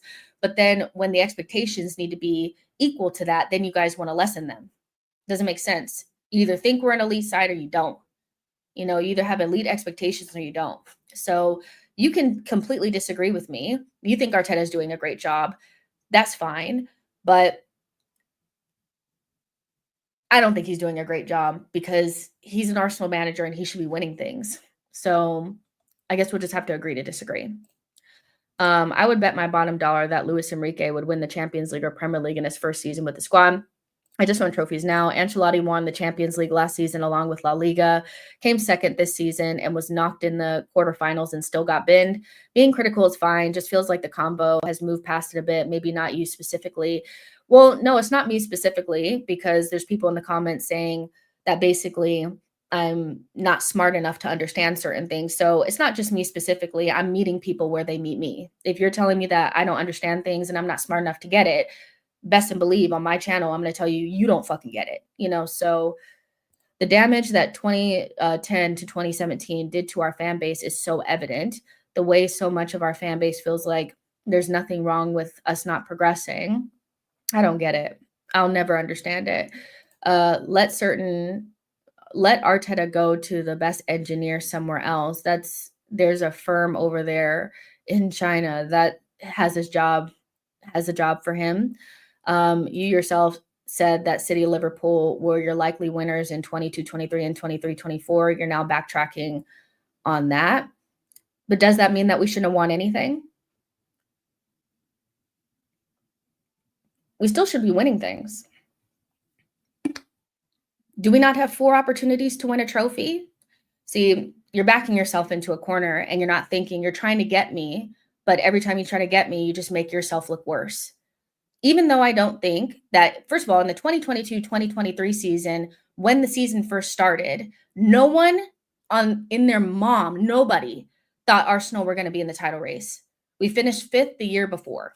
We were in the Europa League, remember?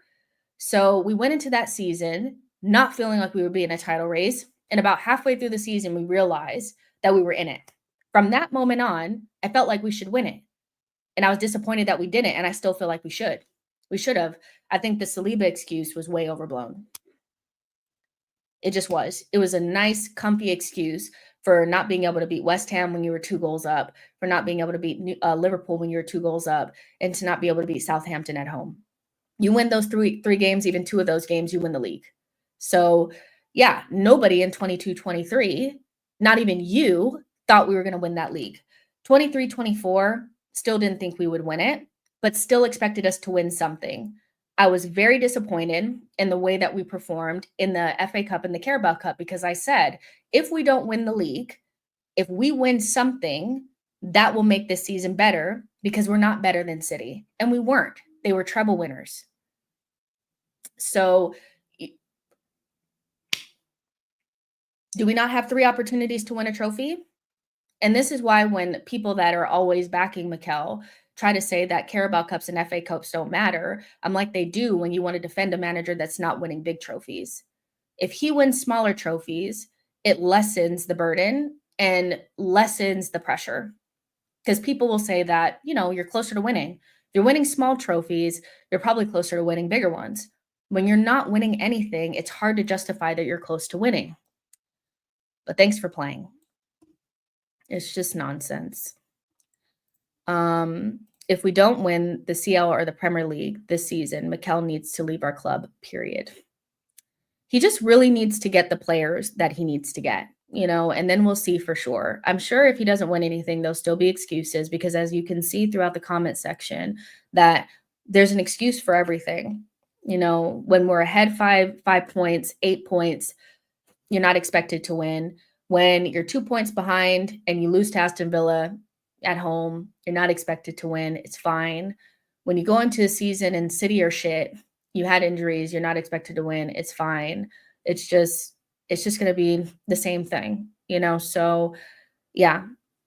But, and then when I don't have to lie. So I have a whole channel from 5 years of me saying where I thought we would finish and what my expectations are, right? And so I don't need to lie. I've always said that you need to win something and that it's really difficult to win the Premier League. So if you don't win it, at least win something. And the fact that he's not winning anything is a problem, so there. You were never expected to win. The expectations are in the gunner. You're never expected to win. I'm just waiting for the new excuses list to come out. 115 PGMOL, Wirt, slot, Pep the ball, the referee, what's next. And I even felt uncomfortable saying like this coming season that we had to win a Premier League or Champions League because coming into the season, it was pretty obvious that we had not improved our team. And so we weren't as good as City. And it just happened to be the case that they had a really poor season and Liverpool ended up being really good. So, I've always maintained and been very consistent on the fact that you need to be challenging and you need to be getting trophies. Now he's in the position where he has to win a big one because he's not winning anything. But had he had won some smaller ones up until this point, it would have been a lot less. It would have been a lot less pressure, I feel.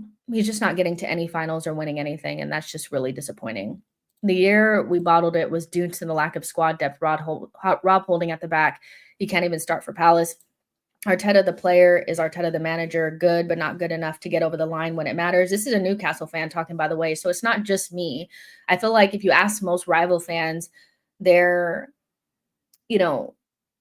especially like, not ones that are not trying to rage bait you or whatever, they'll say the same thing that, like, from the outside looking in, there's this, like, very staunch and, like, almost cult-like defense of the manager that really defies any sort of logic or any sort of, like, normal type of defense that you would have for somebody that's been in the job for so long. So, it's just wild to me.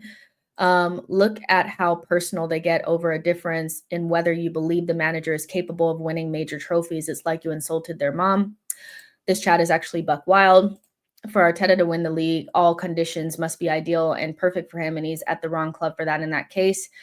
Um, I am just waiting for the excuses. So yeah, I mean, you get called a liar when I don't not a liar. You said something and it didn't make sense and I gave you a good rebuttal and you can't come back so you just call me names. That's how it happens all the time anyway. Once your arguments are really easy to unpack and kind of peel back. So once I do that, then you guys get to the personal attacks and it's kind of like, all right, so you don't really believe in what you're saying. He doesn't have the squad depth. We lost that 8-point league due to squad depth.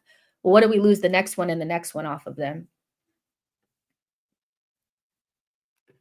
Because again, like squad depth didn't have anything to do with why we lost to West Ham when we were up 2-0 or why we lost to Southampton at home or drew to Southampton at home or why we couldn't beat Liverpool away from home when we were up 2-0.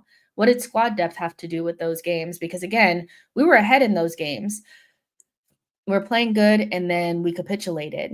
What does squad depth have to do with the capitulation? I know that, like, obviously Rob Holding was not great, but I think it was a nice, easy excuse to make when the reality is we capitulated and bottled it because the pressure got to be too much. That's all it really is. You don't lose, you don't draw to Southampton at home because of squad depth. You're not up 2-0 against West Ham and bottle the lead. By the way, do you guys remember how that happened? Thomas Partey started fucking around and tried to do a rainbow in front of our box, and Declan Rice took the ball away from him and they slammed it in the back of the net and they started to come back and then we drew that game. That's not a squad depth problem, but it was just a very easy excuse to make because obviously Rob Holding wasn't good enough and so we collapsed, but we collapsed because we probably just didn't have the confidence to get it over the line. So, but the next season, what's the excuse from there? You spent 200 million and you came in second. What's the excuse then? You know? I wonder what the excuse will be if we don't win next season. There'll always be an excuse. Um, and I'm just asking the simple question, why can't we win a Carabao or FA Cup? Not even the Prem. Why can't we win a FA Cup or a Carabao Cup quickly? Why can't we get to a final? These are that's what I'm asking. I'm not even asking for a Prem or a Champions League at this stage. A lot of people are asking for that, and that's fine. But I'm asking this. The small question is, what does squad depth or not having a striker have to do with being able to beat Sporting at home in the Europa League? You know, what why can't you beat Manchester United at home in the FA Cup? I'm just asking these questions. But you guys are, what do you mean? Like, all right, sure. Um, and you know what? Listen, if he turns around and he wins a Premier League or a Champions League this season, then I'll say I got it wrong. Because I'm not afraid, because I would actually prefer him to be the guy. He was never my choice to begin with, and he is kind of somebody that irks me, but I'd prefer him to be the guy because we have spent all this time building a team for him. So you want this team and you want the project to come to fruition. So if he were to win something this season, I'd be like, great, got it wrong. He's got it done. Fair enough. But he hasn't. He hasn't won it yet. So you can't sit there and be like, cool, what if he does win? Well, how about let's talk about it when he does then? Because I have evidence that he hasn't won, so that's what's actually true is he hasn't won it, so you can't be coming up with hypotheticals and with your chest out and shit. I think they're trolling. Ain't no way people are that thick. They're not trolling. They're serious. There's a lot of people that feel this way. And will literally like call you everything inside and outside because question the manager. We're not winning anytime with the gullible fan base like this. Cronkies have us figured out. I don't think they're trolling. I think they actually are trying to believe it. If we had squad depth, including quality, we wouldn't lose those games, and that's fact. He simply does not trust what's on the bench, therefore cannot make meaningful changes that will impact the game. Okay. Um, the manager must be questioned, but not fucking lies. What have I lied about? What have I lied about? He hasn't gotten to a final in 5 seasons. What? That's not a lie. It's not a lie. Like, those are indisputable facts. He hasn't won a trophy since the FA Cup in his first half season. Those are not lies. Like, these are true. This is true. Like, he hasn't. We're not counting community shields and shit like that. He has not won anything since the first FA Cup. That was 5 years ago. We're in a trophy drought. So, hello? Like, what am I actually lying about? And I personally, this is an opinion, this is not a fact, but I am surprised at how many people feel like having Rob Holding at the back is an excuse for not beating Southampton at home when you have the rest of your team, or having Rob Holding at the back when you're playing West Ham away from home is an excuse to not win those games. Because come on, you know, like, let's be real. We collapsed, we collapsed. We collapsed, that's it. We collapsed. Questioning the manager is blasphemy. This is why I want him to get his players, though. I want him to get his players. One, because it's going to be our best opportunity at winning things. And if he doesn't, then there's no excuses. It's a win-win. Either we win things with his players or he loses things with his players, and then it becomes more clear. He needs better attackers. I think at the very, basis of it, I think we're more than good enough to have won something over these last 5 seasons. We haven't, and that's troublesome. But there is a kind of like a gray area there about, is our attack good enough in the big moments? So, if he gets those attackers, then that'll become more clear. Either he gets his Sesko and he gets his Rodrygo and we win things, or we don't. And so there won't be any excuses. We're not going to have as big of an injury crisis as we did this past season. So it's just going to be super clear. So it's either going to be, you're right, or you're not. So you're not going to be able to come into the chat and say I'm lying, about us not winning things, because we're not winning anything. So what happened in the 23-24 season, we were barely injured, all of our players fit, playing scintillating football, and he choked against Villa when it mattered. I mean, I don't know. You have to ask the people that feel like, you're lying, because that would be a lie. That would be a lie in their book. It'll be our worst opportunity to win. I think City are doing another treble this season. Their midfield is mile ahead of everyone's in Europe, except for maybe PSG. I mean, they won't win all 4 things, hopefully. So again, whether we win the Premier League or the Champions League, we'll see. But I fully expect for us to, which my expectation is this every single season, is to win something. And at the bare minimum, get to a final. And if you lose that final, it needs to be against somebody that's better than you. So we'll see, where we go, with that. I'm just really hoping that he gets his players, Liverpool from last season without injuries. Scintillating, effective, yes, but not scintillating. I think we played good football at the end of the season for sure. Yeah, Arteta cold is a real thing. I thought people were exaggerating about that damn Villarreal game. There's quite a few examples of when we get into those final games of the season, or in a competition, that we really flatter to deceive, and we just do not have our wits about us, whether we have our best team or not.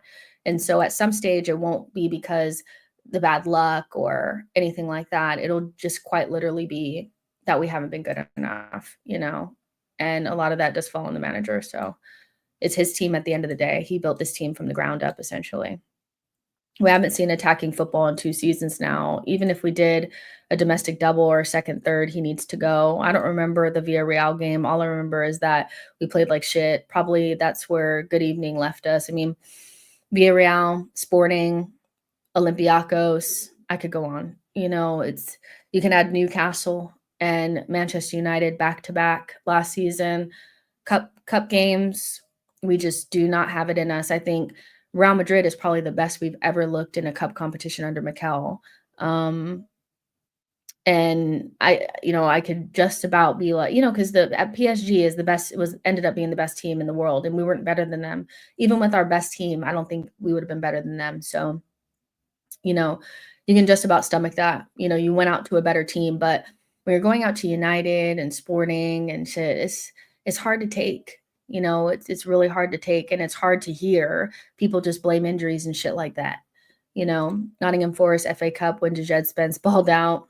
The board should back Arteta, then we can see what he does at the end of the season, which Tone is 100% correct that if you're going to keep him, you have to back him. You can't let what happened last season, because he's just not the type of manager that is going to be able to persevere that much. Like, he needs backing more. The more you see Mikel, the more I'm thinking that he needs like top quality talent in his team. He's not somebody that's going to be able to, like, to a certain extent, he can make some players better and do a lot with a little, but not enough to win. So he really needs that backing, and most managers need backing, and that's fine. But, he needs to get more of his players in, especially in attack, so we can see how clear it is, and if he wins something, that's great. I would love for him to win it, because I'll sit here and say, you know what, I was wrong, because I'm not afraid to do that. He choked against Villa, y'all anyways say, but I forget to mention that he won 18 out of 20 games. Sometimes just accept others were better. He came from Pep, so expects the same. It's weird because I feel like there was a period of time where he was making this group better, and we were kind of, he was like squeezing every bit of juice from that lemon that was the group of players that he had. You could see that we just needed a couple more pieces. And so at that point, I'm like, he can do a lot with a little. Maybe not win, but he can.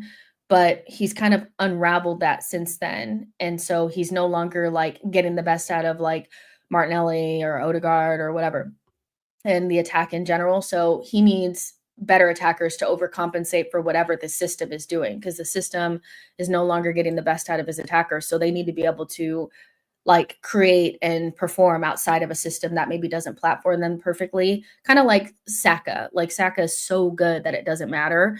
So yeah. Could you imagine Arteta's ego if he actually wants something substantial? If he actually won something substantial? And he, like, I feel like Renee is not somebody that I wanted in the job because she was a novice and she was a part of Jonas's assistant group. Like, she was a assistant coach to him. So I didn't want her. Like, I was like, I want a more experienced manager. She turned around and won the Champions League. So now I'm like, back her, give her everything that she wants, because she's deserved it, because she actually did it. And this is somebody that had to beat Barcelona and Lyon to get to a final. And this is what I'm saying, like, obviously, like, we know women's and men's football is different, but the principles are the same. You cannot be as good and still persevere and win stuff. And she's able to do that, so back her. Mikel's getting a lot of backing without winning. And okay, if you're going to keep him in the job, you have to. But if he does win, then yeah, he can get whatever he wants. It's fine. But he needs to start winning stuff. So yeah. Last season was not actually Party's best season. Yeah, Tayo Ties is right. Probably just forgot because he didn't play in the 23-24 season, but the 2022-2023 season was the best season for so many of our players. It was Odegaard's best season.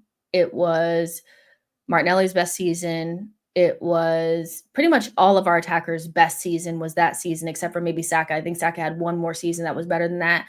It was Xhaka's best season. It was his only good season at Arsenal, and it was Partey's best season. Nothing since that has compared to the way those players played in that season. So Arteta knew Martinelli was shit and bought Sterling. See, I disagree with that. I don't think Arteta even wanted Sterling. I really do think that Edu brought Sterling in. And of course, Arteta, at the end of the day, when he's at the nth hour, if he's offered Sterling or nothing, he's going to say yes and bring him in. But Arteta has wanted better attackers and we haven't gotten them. So, I don't think that his main and first and only option was Sterling. And we know it wasn't because he wanted Nico Williams. Now, chasing a player for a long time that doesn't want you is ridiculous. And we shouldn't be doing that. Like, either they want you or you don't. You have to be able to pivot to a different option. And that's where Berta is probably superior to Edu, because if you pivot away from Nico Williams, if the next person you get to is Sterling, then that's pretty bad, right? So, yeah, I think I don't think Arteta knew Martinelli was shit and then plucked Sterling out of obscurity. I think our transfer team was in disarray. You had a DOF that couldn't get the number one targets done, but maybe didn't offer good solutions for a second or third option, or couldn't get those done because he would long out the first option so long that there wasn't an ability to pivot at the end, right? And Arteta was also probably unwilling to move away from number one option because maybe the number two or number three option weren't good enough, So I think they were just more in disarray. I think everybody can really hold that from last season. I don't think it was just Mikel. I don't think it was just Edu. I don't think it was anything. I think they were in disarray. They were just horrendous last summer. Klopp, despite a very penny pinching ownership, still won so much. Yeah, I mean Klopp, he did so well with what he had, and actually pushed City to 100 points and had 99-point seasons. And even when he didn't win the Premier League, he was winning Champions League and getting to finals. So it's really disingenuous and really disrespectful to downplay what Klopp did because your manager is not winning anything. I think it's just really disrespectful. Klopp won Champions Leagues, plural. Got to Champions Leagues finals. Was getting to finals. So the coping is crazy. And this is kind of I don't think Arteta is a terrible manager. I think he's maybe a little bit overrated and he gets a long leash that no other manager would get. And I'm not quite sure why he has it, because it's not like he was a legend or anything like that. So I'm not quite sure how he's gained such a staunch defense, but maybe there's something that he's that I'm not seeing because I don't really see it, but it is what it is. 23-24 with Rice, Jorginho, and Odegaard. That was a really good midfield. But Odegaard, to be fair, as much as I do feel like that was maybe the peak of how he played, he didn't play like that the entire season. So I still feel like over the span of 22-23, he was better. But the back end of 23-24, that was the best he ever played in an Arsenal shirt.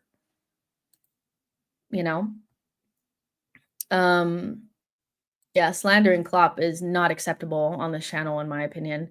To be fair, Fergie took 6-7 years to win the league. So yeah, if Arteta wins a Prem next season, he gets flowers, of course, but questions need to be asked. And, I think there's always this person did this, so that means it's going to happen for us. Or, it took so-and-so this amount of time to do this, so it's going to be this for us. Every situation is unique. So just because Klopp won something in 6 and 7 years doesn't necessarily mean that we're on the same trajectory. But he needs to win something now. I think most people can agree with that. If you don't agree with that, then fair, but he needs to win something to prove that he's the right manager for Arsenal, and he says out of his own mouth that we need to win the big trophies. The club is always talking about winning big trophies and getting back to where we're supposed to be.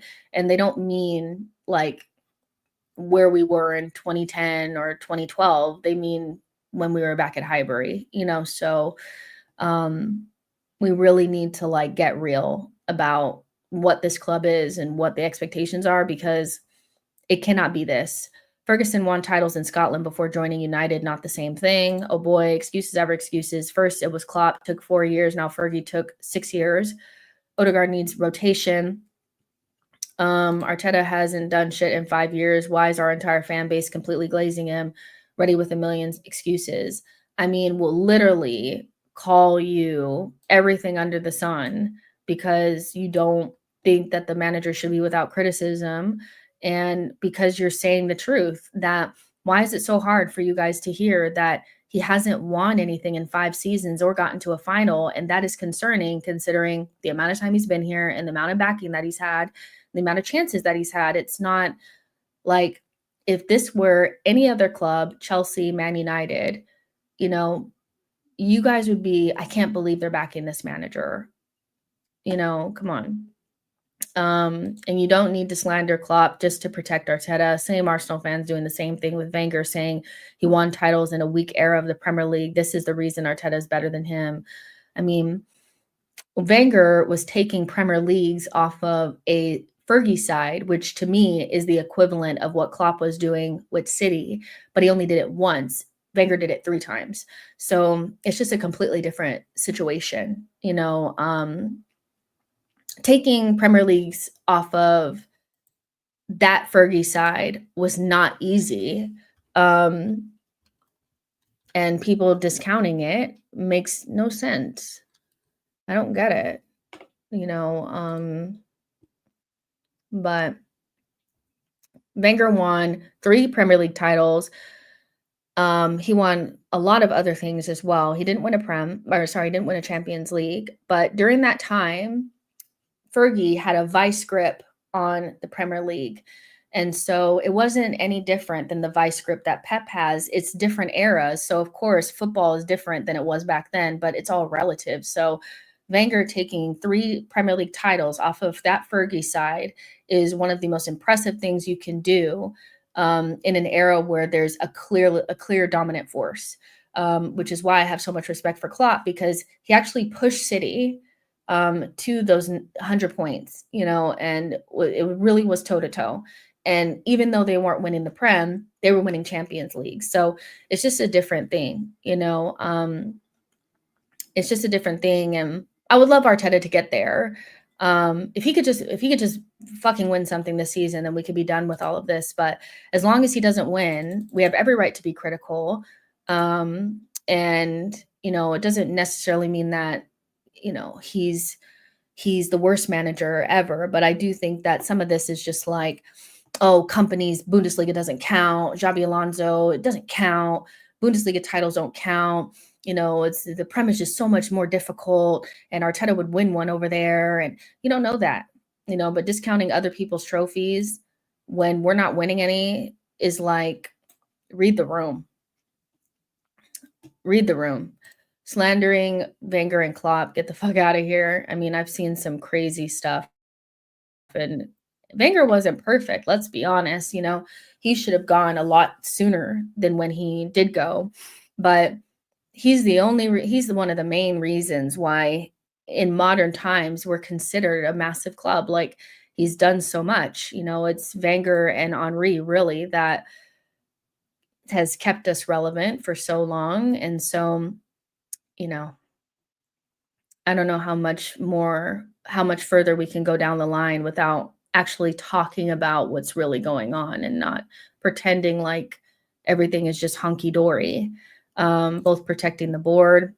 Klopp has won a Prem. He has won a Prem for sure. So that's the point. We are no Chelsea or Man United. If you're an Arsenal fan, you should know this. We don't buy elite players. The only time we tried was signing Rice. Look at Liverpool signing Wirtz.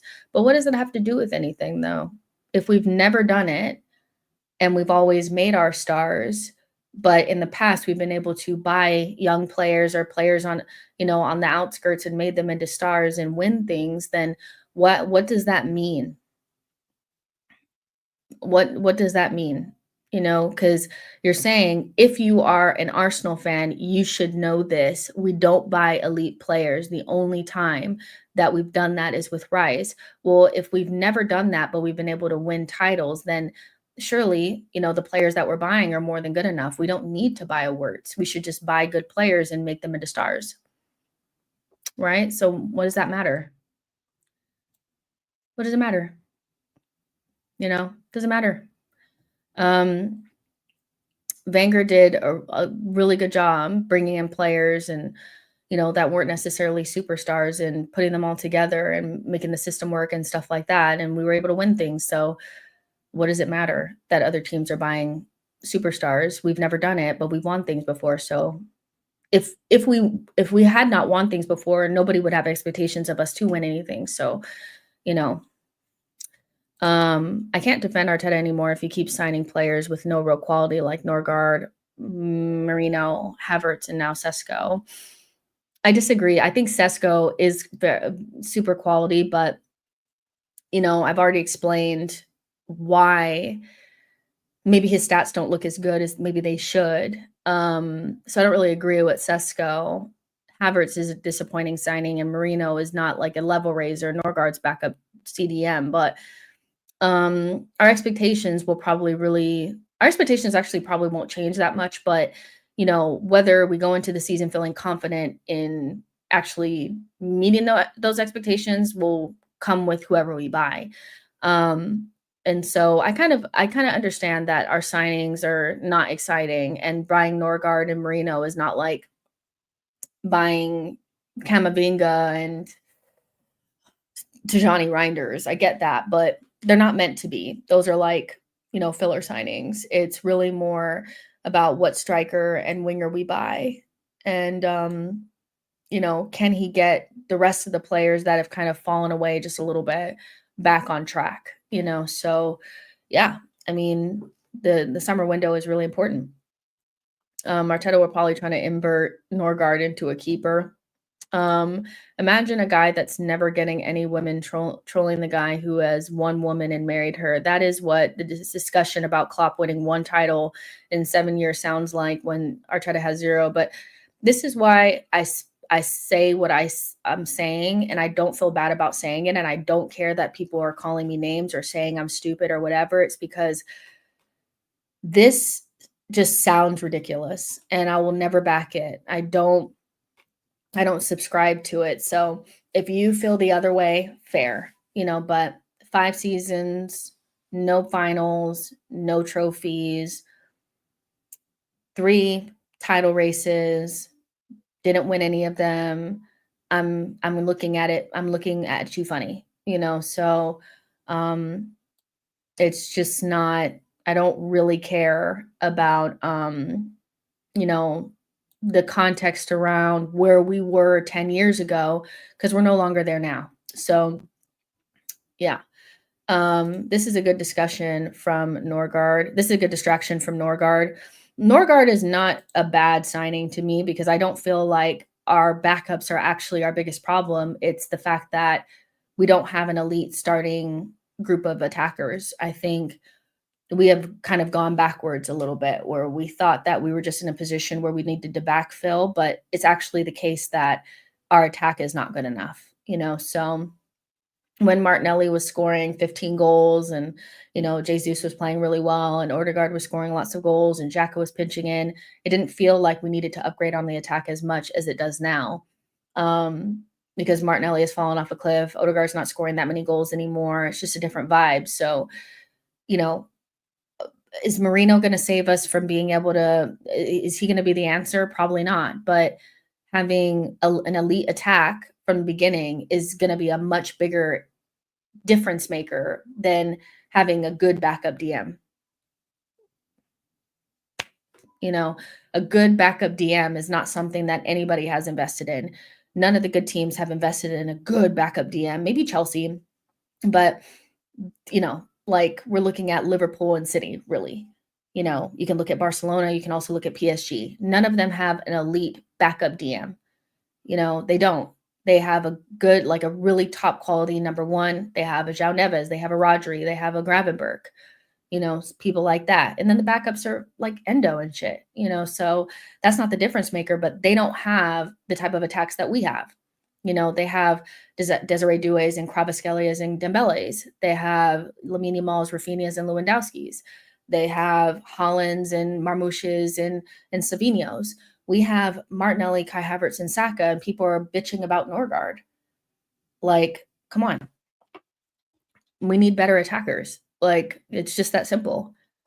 We could keep everything absolutely the same in the back and in the midfield, and I guarantee that if we had a top striker and a really good left wing, we'd win, so I got you. So when he just flirted with it. Klopp got laid. Arteta is still arranging dinner. I don't understand why we're talking about Klopp right now when we have a conversation about Arteta. Just a distraction. Distract. It's just we're talking about Mikel and it's not going the way that I want it to. So let's talk about somebody else. But yeah, we need just better attackers. I just feel like, it kind of goes with the margins conversation that we had earlier, that of course, when you're at 90%, then you need to focus on the 5. But when you're at 70, like you're at 75, you don't need to be focusing on the 5. You need to be figuring out how to get to 90. And that's where we are with our squad right now. And to be fair to the club, they have focused on the 5%. They're getting us a backup goalkeeper, backup defender for Saliba, making sure that we have a good backup DM. But the reality is the biggest margin of improvement that we can give us to get from this 70% to this 90 is those attackers. They're going to get you where you need to go. So it just is right up there with that margins situation that we had when we were talking about defending forwards. Corners and throw-ins and making sure that your forwards are bought into the defensive structure. That's all good and well and fine when you're already whooping small teams 5-0 and, you're beating the small teams home and away and you're beating them convincingly and, things like that. But we're not even doing that. So we need to focus on that first. Get that back. Squad depth is the difference at the elite level over 60 plus games a season with injury, suspension, and fatigue.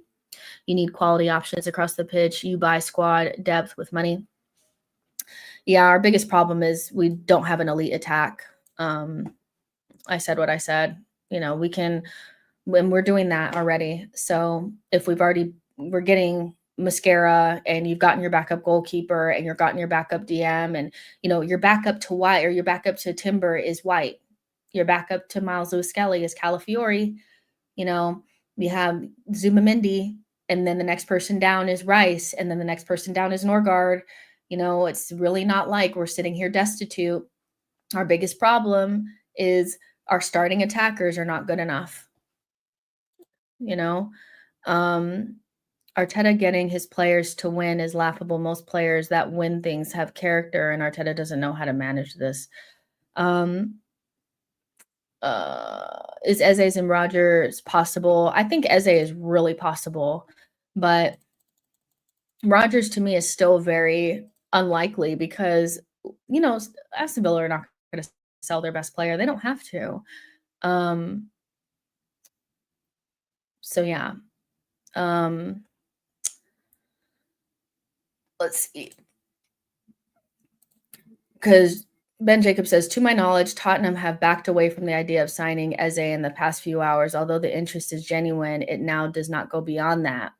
Listen, if they're backing away, then maybe it's the case that we're upping our interest in him. Eze is so available, it's crazy, so that's definitely somebody that we should be trying to go get. And then Rodgers is just 100 million, their best player, so that feels like a harder deal to get done. And Rodrygo is just still,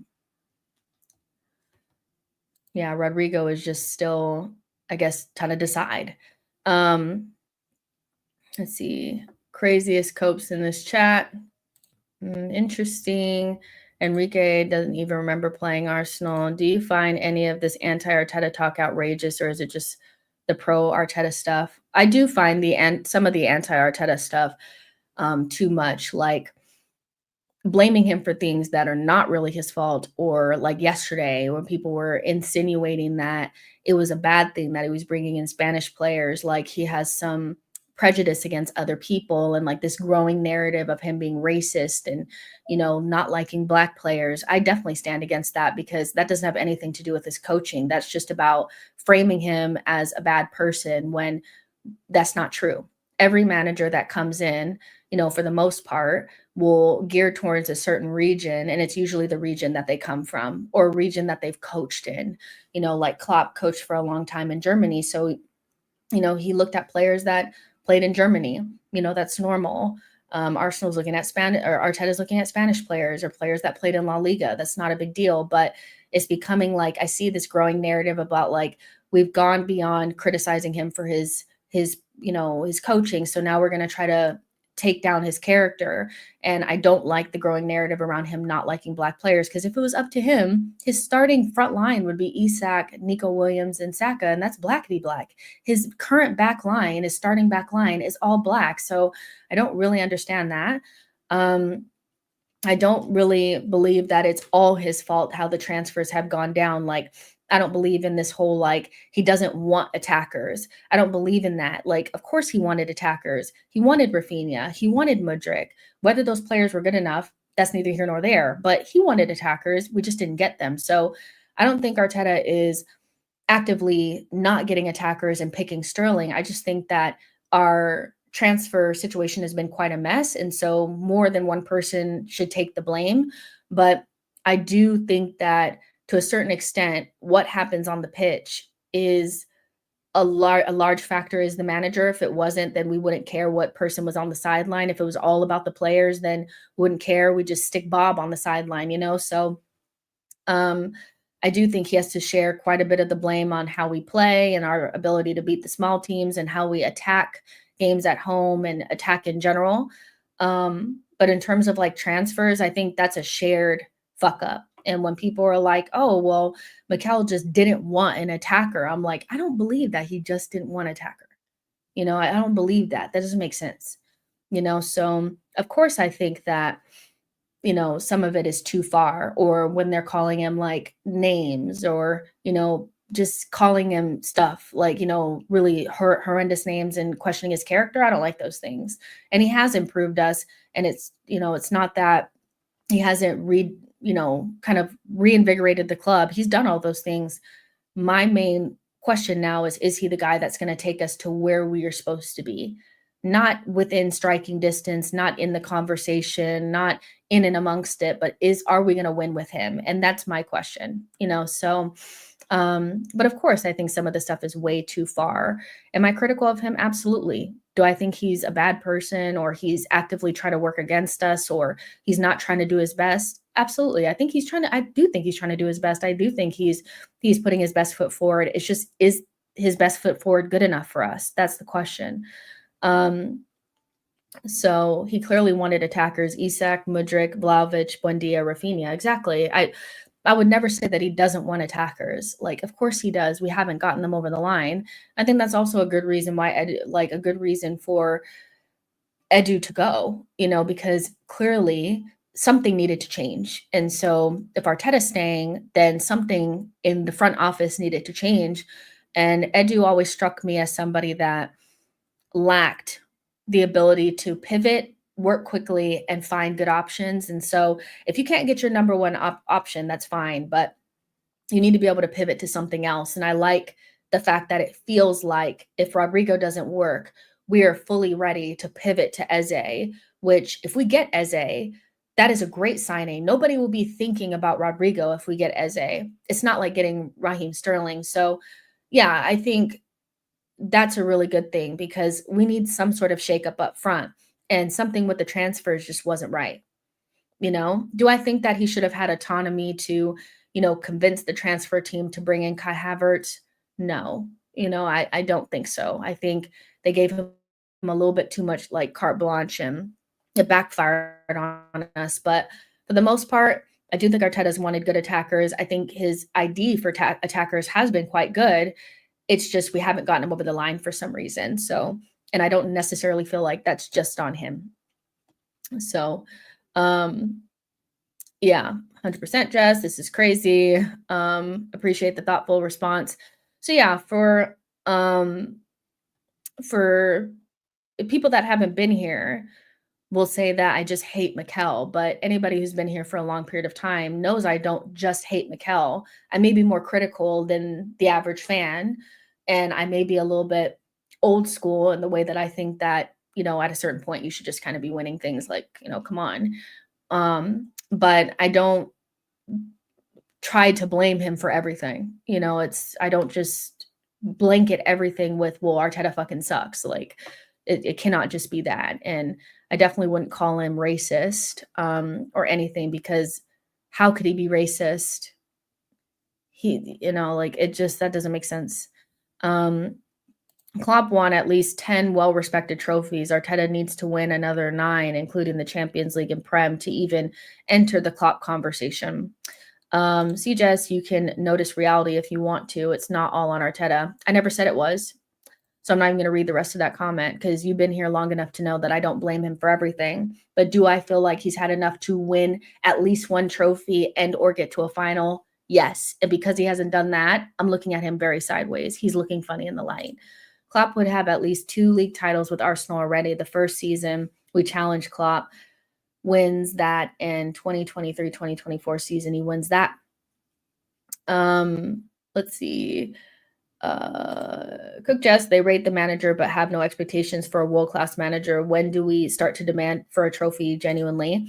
I feel like I'm pretty realistic about the reality around winning a Premier League.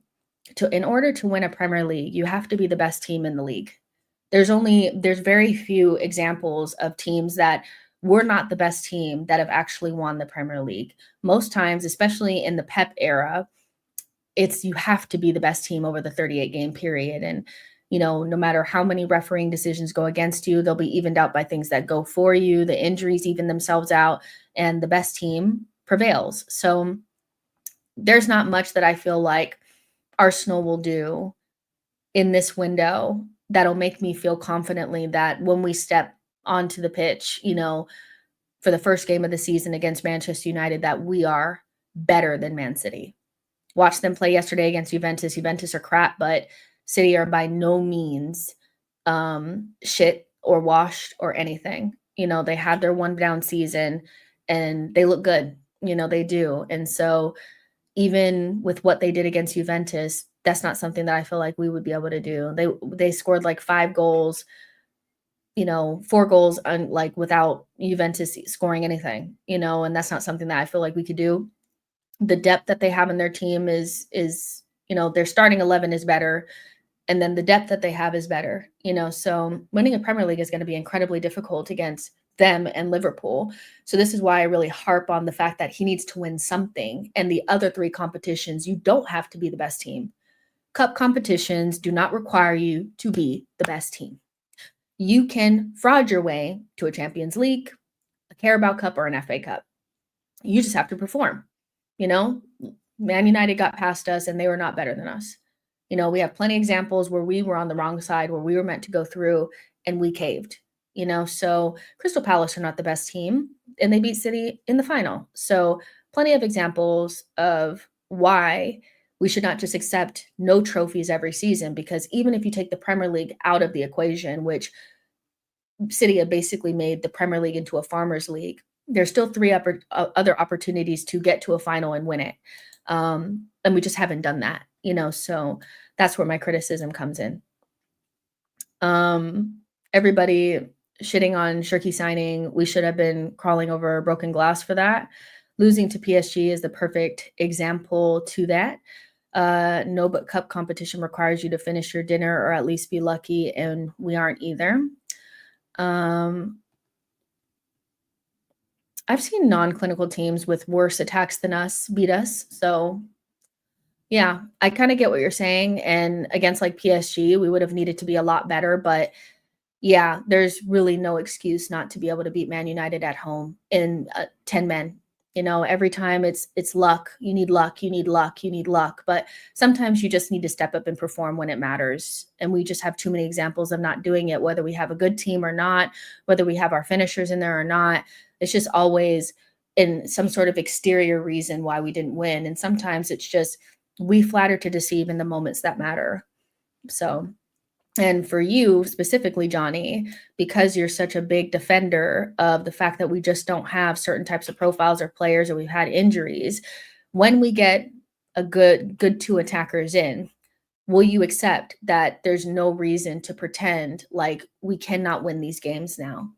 Because we're just at the point now where there's an excuse for everything, and there's never a reason why we should have won that game, So O'Malley said Chelsea won the UCL with Havertz and Timo Werner. That is nowhere near clinical. And Klopp would have definitely won us the league at least once in the 3 years with us. Yeah, I just think, but at the same time, like, again, if you're saying that we need depth and, we need clinical attackers, if and when we get those, are you willing to say, okay, we've gotten those things, so now it's on the manager to perform and get us over the line? Or is there going to be another excuse? We're not going to have as bad of injuries as we did this season, and quite frankly, everybody gets injuries. So, outside of the injury kind of problems that we had this past season, we should expect them, so it should be fine. And again, we will have gotten the depth. Mosquera, Norgard, Kepa, those players they make sure that happens. You have a depth for almost every single player in the team. So, and then you get two good attackers that are going to make you more clinical. At some stage, then you need to be able to be like, okay, I don't feel like there's some sort of outstanding, outside of our control reason why we can't win a single trophy at any season, So I'm just wondering when it'll get to the stage where you're ready to be like, okay, we should be winning. When we bottled it against Liverpool and West Ham, Arteta continued to pile on pressure in the press conferences, saying that he still believes we're in the title race. Naive. Arteta is the greatest manager. Clearly, he's a victim anyways. We are coming with Norgard to win the EPL, and that should scare them just. These men have disappointed so properly today. Never thought so much glaze could be put on Arteta, slandering Klopp, Wenger, Thierry. Yeah, the Thierry stuff was really shameful. I can't lie. I really dislike Klopp as well, but you have to respect what he did for Liverpool, the squad. When he took over the squad today, that's Klopp. And yeah, I don't know about this guy, so that's in the comment section, but it is what it is, you guys. Like, I've been doing this for 5 years now. I know what it feels like when you put pressure on the manager, you criticize the manager. I know what comes with that. So I'm not really afraid of it at all, because at the end of the day, my heart is pure. And if he were to win it, I would be more than happy. And I would come on here and say that I got it wrong. But up until this point, I do feel like we've made quite a few excuses and he's had enough time. So the expectation for me is that he wins something. And I don't feel like we'll do anything in the summer window for me to feel like we're going to be a better team than City or Liverpool, at least on paper. But there's still 3 other opportunities to win something, and I expect us to come home with something, some sort of silverware. Banksy says, okay, Jess, I understand you now. Basically, you take a Carabao Cup next season with a caveat. The caveat would be that we were within like a couple of points of City and Liverpool, and they were just better. But we actually pushed them. Not that we were 10, 12, 13, 14 points behind, or even 5 points behind, but we pushed them to the last day, and it was a true 3-horse race or a 2-horse race in which we were involved in it. And we went through the Champions League, and when we went out to a better side. To me, that happens. And so you can't really begrudge the team if we come up against like a really, really good team and it's like they were just better than us, but we put our best foot forward. We didn't go out sad. And then we got to a final or two. And if we want a Carabao Cup, then fair, but I just feel like right now with the Prem, if you're saying that you expect him to win it next season, you basically are signing his P45, because there's nothing that he can do, in my opinion, because he's not a better coach than Pep or Slot. And we're not going to have a better team than either one of them. Even if we were to get Sesko and Rodrygo, I still feel like there's probably a little bit of something missing, or their team is just about a little bit better than ours. So, my expectation would be that we would maybe fall short, but still press the button and be like right there. But you need to win something. You need to win something. We need to feel like we competed. Most of these seasons, I don't really feel like we competed. Arteta is not doing Arsenal a favor. He's getting paid 15 million per year. So a Carabao Cup has to come with an FA. I'm not accepting only Carabao Cup with the squad. There's just there's a certain way that the season has to go for me to feel like a domestic trophy is enough, and that would be a very hard parameter to achieve. We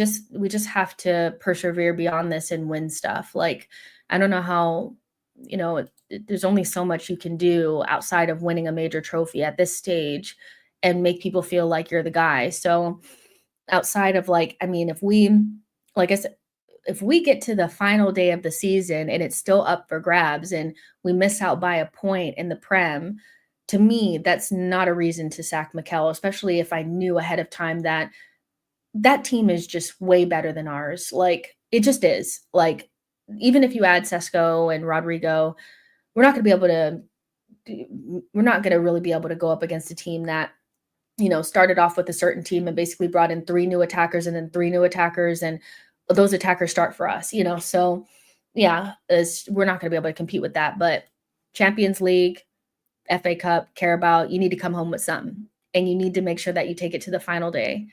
And you can't go out sad. And when you go out of competitions, you need to go out to a team that's actually better than you. It can't be doing up Olympiacos and Villarreals and shit like that.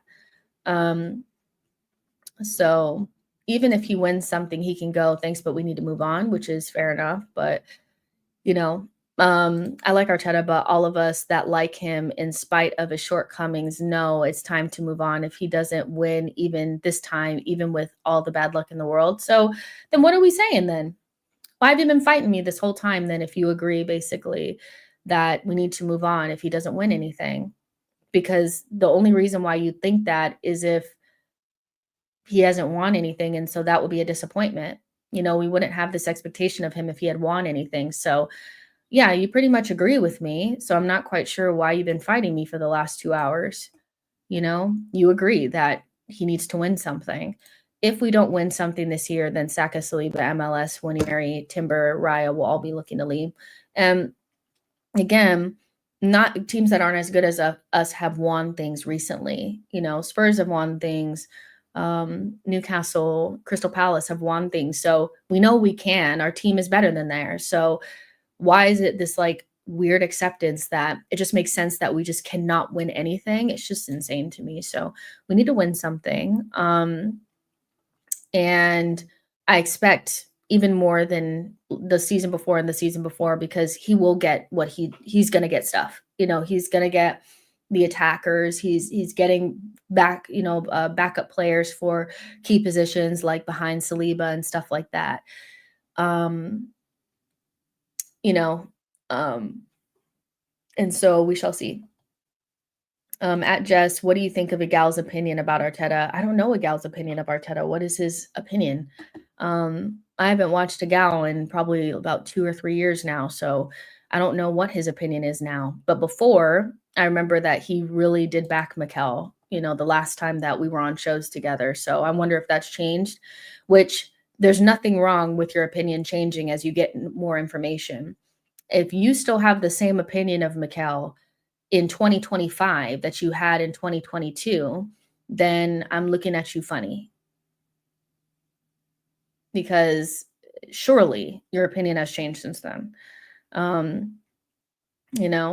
Y'all are just talking to that one account. I don't even know why you're even talking to him anymore, because he's lost. I love you, gal. He's like a better spoken, younger Ty.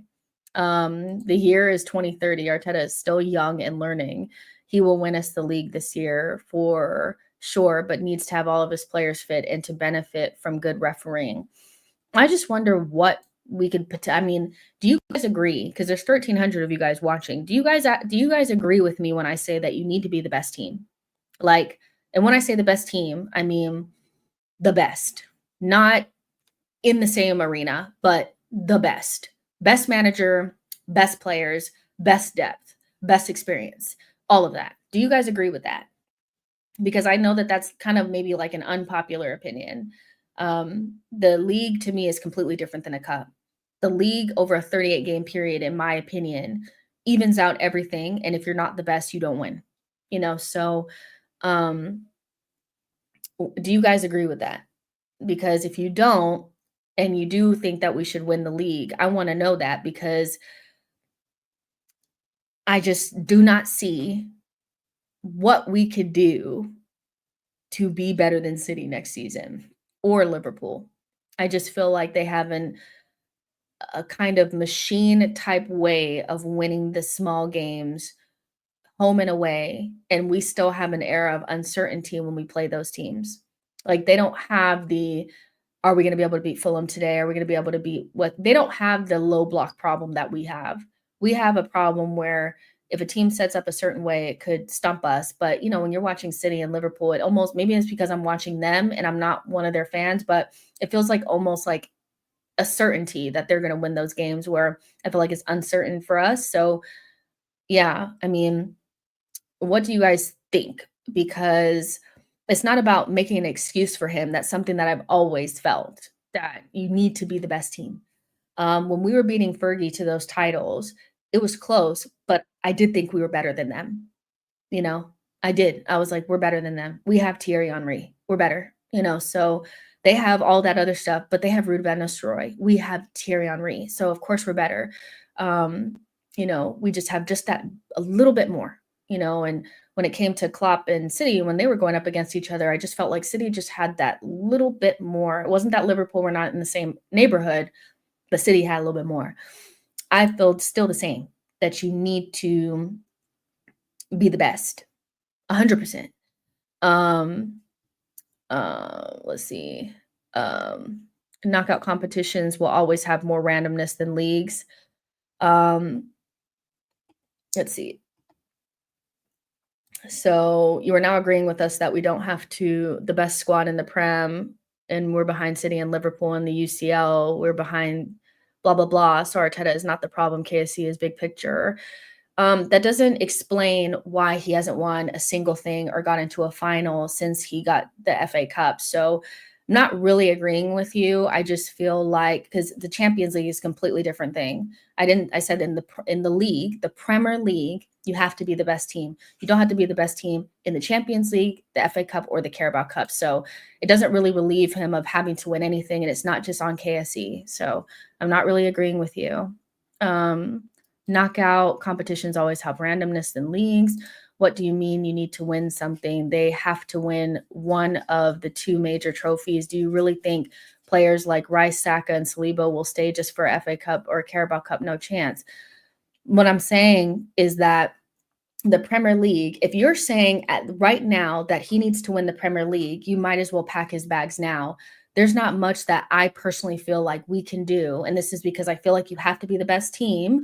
There's no amount of luck or randomness or, anything that will get. If Liverpool only won one time, and they were actually the closest team that we've ever seen to the City side, what the hell makes you think that this Arsenal team that is nowhere near as good as that prime Klopp Liverpool team is going to beat the City team to a Premier League title? If they couldn't do it, what makes you think we're going to do it? They did it once, and do you remember what happened to City? The two times Liverpool has beaten City to a Premier League title, they had to fall away so badly that the league was pretty much won by January. So I'm talking about specifically the league, not the Champions League, because I didn't say you had to be the best team in the Champions League. I said you need to win something. The Premier League is a wash to me. The Premier League is a wash. Arsenal are not going to be able to make a team that's as good as what City are bringing in the league. So they need to win a Champions League or a Carabao Cup or FA Cup.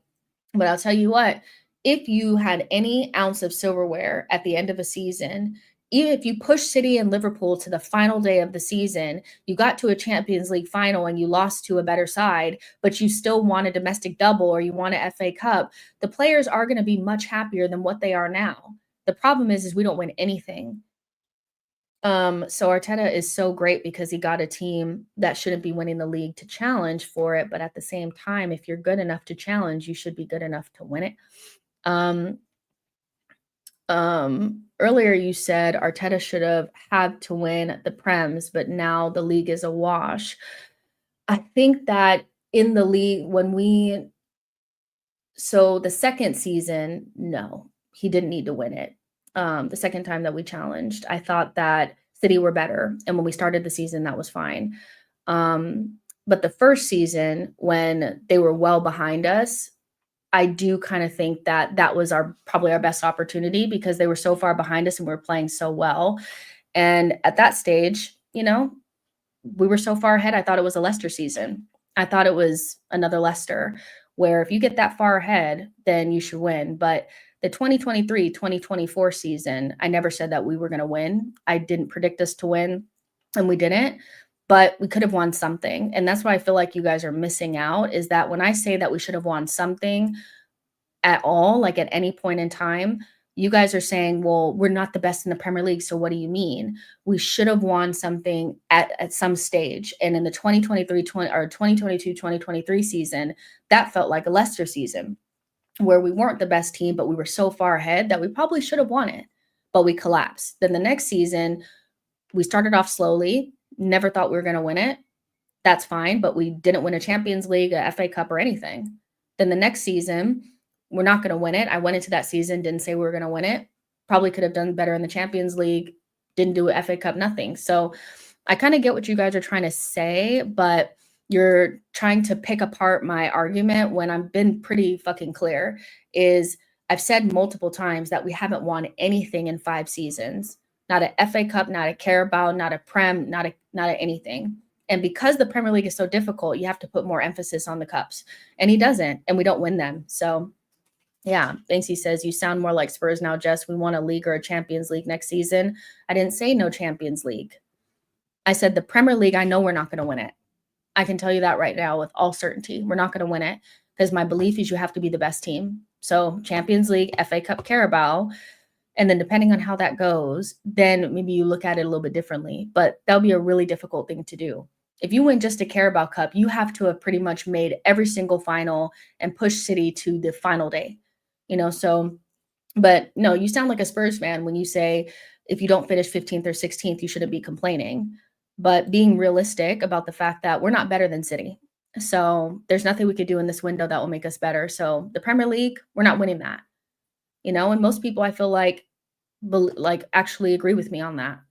That when's the last time that you've seen a team that was not as good as other teams win it? I'm just thinking logically. So, but you can still win a Carabao, a Premier League. You could do a domestic double.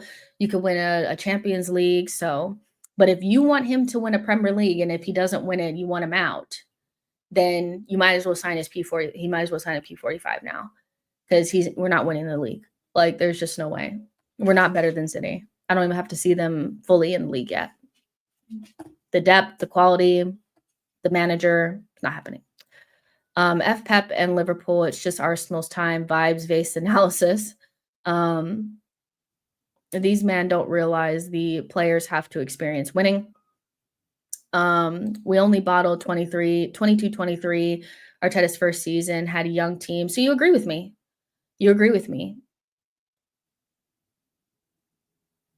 We bottled it.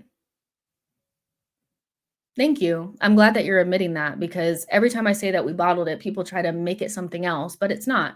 We were like 8 points ahead in January. 8 points ahead in January. Like, we were so far ahead of them that people actually made excuses for us not beating West Ham and Southampton. I could see Liverpool. That's a much more difficult game to win away from home. Fair enough. We got a draw. But West Ham, when you're two goals up, and Southampton at home, yeah. But I'm glad you admit that we bottled it, because the 22-23 season was the anomaly. It was the Leicester season that comes around only every 10 years. And that's the only reason why it felt like we were going to win it, is because everything was working in our favor. And we were not as good as City, but we were winning it until we weren't. I know it's a completely different chat about Arteta, but in years to come, can you see a woman managing a man's team in the Prem? No, absolutely not. Yeah, says so defeatist. I mean, I don't feel like I'm being defeatist. I feel like I have a belief and we don't fit the parameters for the winning side. So, but if I was defeatist, I would say that we're not going to win anything or we can't win anything. And I feel like we could win a Champions League or a Carabao Cup or an FA Cup. I just don't feel like the Prem, we're going to have enough of that machine like performance and the ability to play at about 75% and beat the small teams home and away. We just don't have that machine like way of winning. Every game is a struggle, or at least it was last season. And at the beginning of the season prior, every game was a struggle. And you just don't see that with City or Liverpool, especially when City are about to win the league. All those small games are a formality. And until those are a formality, it's going to be really difficult for us to win the league. So it's a Champions League, domestic double type of situation. And I promise you this, that a lot of people that are saying that they would not be happy with like a domestic double or something like that, you just don't remember what it felt like to win things. We haven't won things for so long that we're like, we don't remember it. But if we won a domestic double and we push City to the final day, it would be like, well, we missed out, but at least we won something. It's just we never win anything. So we're just discounting everything. That's the only way any of this makes sense. Is Arteta just a puppet manager and it's Josh Kroenke selecting transfers and lineups? We're winning it next year. Light work. Just rewatch those City Juve highlights. They are on beast mode. We are going to need Sesko, Rodrygo, and as a minimum to compete. I agree. I agree with that. Like watching City and Juve, I know that Juve are not good, but I cannot see us doing what they did to them. Like it was disgusting and they were playing at about 60%. Like they weren't even really playing hard and they had them locked in their half. They were shooting on sight and they had so much quality and depth in those attacking areas. I mean, they started off with like Doku and Savino and then they brought on like a whole group of different players and then brought in Shirky at the very end. They are not even starting Shirky. So I get it, but I think our best chance of winning something is a cup. If this is the real City, which if you watch that game, you know what I mean. I agree we are not creating enough chances. Plus, we depend heavily on two players to create the majority of our chances. The games against the small teams are just too much of a crapshoot. It should be the case that before we even walk out against these teams, they don't even feel like they have a chance. You know how when you watch a City game, you just know that the other team is just going to miss any chance that they have, and City are just going to put 4 by them. Our games are not like that. Teams actually do think that they have a chance as long as they sit in a deep block. Until we figure that out, we're not winning the league. It's very simple. Teams that can't even win cups or even reach finals usually don't win the league. Winning trophies, any trophies, is crucial. Teams don't win the league out of nowhere. Our betting odds for next season are even with Liverpool and Man City. I mean, betting odds are what they are. Come on, we're taking the Club World Cup seriously, are we? Are we? But this is the thing, Banksy. It's like you're saying that, but then when we get into the beginning of the season and they win 10 games in a row, then what? It's all, oh my gosh, they're not that good. Like, come on, until they are. Like, it's City. I think pretending like City is not good is probably one of the weirdest things ever, considering they had one bad season and they finished like what, two or 3 points behind us, 4 maybe. Like, come on, we don't have to pretend like City are not good.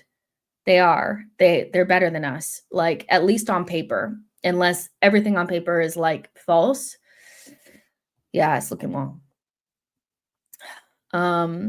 It's not about remembering how to win. How can you win FA Cup in the first year, then go 5 years without winning anything, then accept another FA Cup in the 6th year? That's not our full circle moment. No way. It's not about accepting it, but it's the context around it. You guys are really good at context, so I'll just use your guys' way of thought. When you're winning an FA Cup, but you had to in order to maintain any sort of European football, and you just come in, you had a shit side, you didn't play particularly well, you didn't win anything else, you're not in Champions League, you're not pushing for a title or anything, it is different than if you win an FA Cup, you push City to the final day, you're in the Champions League, you do really well, and you win an FA Cup. The context around it is different. So, but if you want him gone either way, that's fine. But I'm saying that there is a small possibility that if he were to win an FA Cup and that only, but other things happened as well, I could understand maybe, him staying, but it's a small possibility. I still think he needs to win something big. But, it's so funny because people will defend Arteta until the day, end. But then if I say that, FA Cup, then it's like, well, no, that's not enough. And it's just like, all right. Okay. We're not winning the Premier League, in my opinion, but there's 3 other things on offer.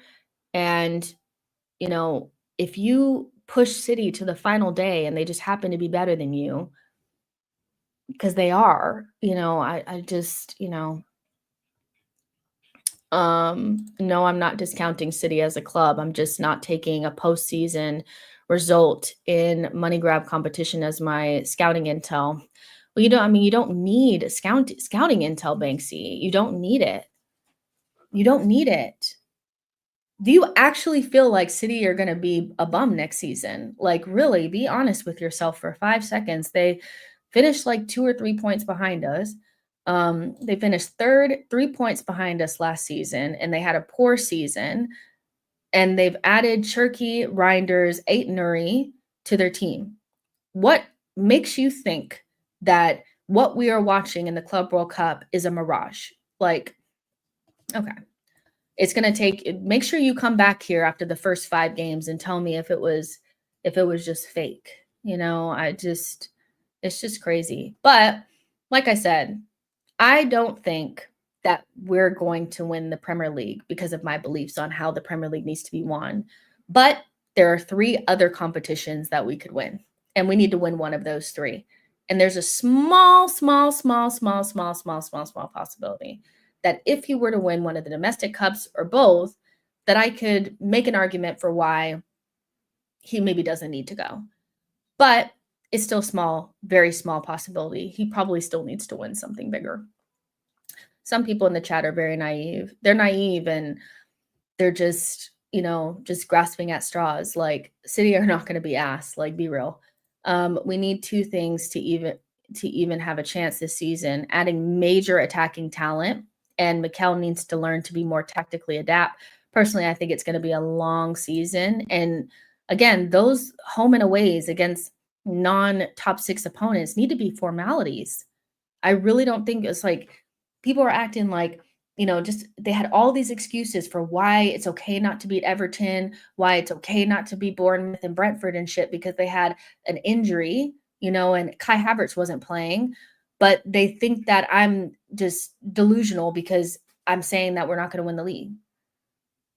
You can't be like, it's okay. Like, you're kind of, it's like, bruh, all right. You think we're going to sit up here and it's okay to not win those mid-table beat those mid-table teams? You have all these excuses for it, but yet and still you're mad because I don't think we're going to win the league. Like, come on. We're going to need a 100-point season to win the league this year, and we've never hit 90 points. So, let's see. That's not even up for dispute. It's definitely going to be a long season. It's always a long season when you're a serial loser. Even if you're 20 points ahead, you still think you might lose. Laugh out loud. I think we might go toe-to-toe with Liverpool or surpass them. But City, I don't think that squad is scary. It is very scary. It's deep. And Pep doesn't seem like he's going to stick with the same status quo of the way that he was playing before. We're going to be still playing Juga de Position, stiffy ball, and he's going to go to free flowing, just all number 10s everywhere. It's going to be long. So yeah, but again, if you want to know how delusional some people can be, hold that as saying at no point did this fan base believe Arsenal were good enough to win the Prem.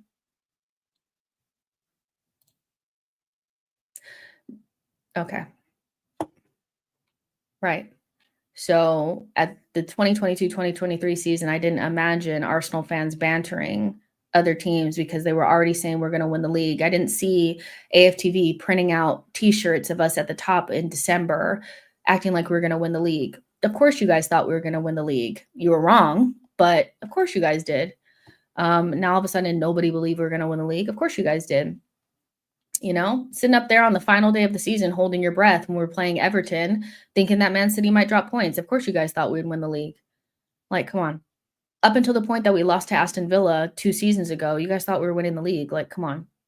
Like, this is what I'm saying. People just be straight up lying, like out of their ass, and they just can't accept that the manager hasn't been good enough. In some circumstances, not all his fault, but he hasn't been perfect either, or faultless. Pep is going all out fucking attack. It's going to be scorched earth, back to back to back, 5-0 wins for them.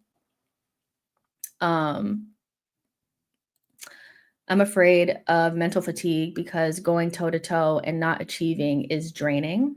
The only way we win this is if we get as a Rodrygo, Sesko, and they threw Party away. They didn't throw Party away. I'm not even going to read the rest of this.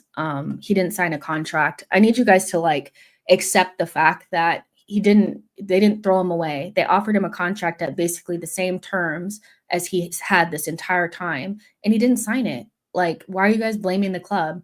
They don't have to give him more wages. They were kind to offer him the same wages to be a backup. Like, come on. Like, you guys need to be serious for 5 seconds. Who thought Liverpool were going to win the league last season? They bought no one in, and they went on to win. They went on to win in an anomaly of a season. Both times Liverpool won, they won in an anomaly of a season where City were really, really poor by their standards. So, no, nobody expected it, but they were still the best team in the league over a 38-game period. Liverpool were better than City last season. So I don't know what to tell you. You saw our fixture list. What players are we bringing in to win those first 6 games? Because that is what we're going to need to have any chance of competing in the league. Just how do you have time to fight against Arteta fans? It's been 3 hours and you're still streaming. Because I don't worry about it, because I know at the end of the day, if he doesn't win anything, then what? Like, you know, because I believe in my heart that they're deluded, you know, so, and not everybody that defends him is deluded, but the people that act like not winning anything he's not culpable in any way, shape, or form, and it's just this, and it's just the injuries, and it's just this, it's just like, come on. It is what it is. I don't care if we lose Arteta at this point. We just need to realize that we're going to lose all of our young talent if we back Arteta and he can't win silverware. Fumbled that second half of his paragraph. No one threw Party away, bro. I'll only be reading half of it because I'm like, as soon as you start saying nonsense, it's like, hello. And again, it wasn't a pay cut. He was offered the same terms and he wanted more. He wanted more. So let's be real. But I get it that anything that you need to sleep well at night. African Soldiers saying that Party has personal beef with Berta. He also went on an interview and said some really like in a contract negotiation, he must have already known he wasn't going to sign it, because to do an interview and to say that the only reason why you ended up at Arsenal is because when Arsenal came knocking, they told Atletico that the only way that they would stay is if Party got an extension, and the agent got a 10% of the extension, or 10% of the money associated with the contract. They would stay at Atletico, and Berta said no, and he ended up at Arsenal. For you to say that is just like, come on, you know, let's be real for 5 seconds. Like, Berta, I think, knew what he was doing. I think he knew that, you know, they wanted to keep Party, but only at a certain stage. And if he offered him the same-ish wages, that he would not take them because he's only concerned about money, because he's already dealt with him once where they tried to basically extort them out of money or blackmail them. And it's not really blackmail, but it's more like extortion. Like, oh, well, I'll stay, you know, if you guys give my agent 10%. Like, the fuck? Like, come on. Like, that's fucking crazy. And Berta knew who he was dealing with. So I didn't say he took a pay cut. I said he was offered the same wages and did not take them. He was not offered a pay cut. He wanted more than what are you not understanding what I'm saying? How is it a pay cut when you're offered the same? Are you listening, or are you just like not listening at all? Like, I don't think you're listening. But Berta knew who he was dealing with, and I think he knew that if he offered him the same wages, he wouldn't take it because he knows who he's dealing with. Because they tried to extort him when Arsenal first tried to get him because he was like, "Oh, well, you got to give my agent 10%." They're money grubbers. They're money grubbers, you know? So that's crazy. 10% is the going rate, but you could just say, well, I don't want to go to Arsenal and I'm just going to stay. That's what normal players do. If you don't really want to leave the club that you're at and you're not in contract negotiations, because he wasn't in contract negotiations. He wasn't, but he used Arsenal's interest to try to get more money from them when there weren't even contract negotiations. It's just, that's nuts. That's fucking nuts, man. You know, but listen, if you guys would have given him more money, then fair enough. But he didn't sign the contract. And so at some stage, we need to let go. You know, let go. Your new DM is Zubamendi. Get over it. You know, it's not going to be the worst thing in the world. You know, you're only getting one of the best sixes in the world that everybody else wanted. I think you'll live. Keenan says Party is gone. Norgard is a solid backup for Zubamendi, and he will have more salary to bring in. They want to put Party on more wages, but then if we are not able to pay for Rodrygo or Eze, then they'll be choking and spitting up blood because we don't have the wage space to give to anyone because we wanted to give more money to a backup DM. But I'm the problem. Like, come on. Zuby moves well. I want people that move well. Havertz, if you will. How are you still live? I started a model at 1 and you're still on because there's still 1,400 people watching. You know, I do longer streams so people can jump in and out. But do you think we need a more different manager to get the best out of the players we already have? I mean, I feel like I think if Arteta was the manager that he was 2 years ago, I wouldn't have a problem with what we were doing. I think that manager was a lot more brave. And I think a good manager that wins things is brave, is not afraid to take risks, plays good, aggressive, attacking football. There's really nobody out there that coaches one of the top sides that plays, at least now. Like, I know there was a period of time where you could Mourinho your way through things, but right now, the best managers in the world play aggressive, attacking, fun football. And we were playing that 2 seasons ago. I wasn't missing Arsen ball or, you know, Wenger ball. I wasn't missing any of that.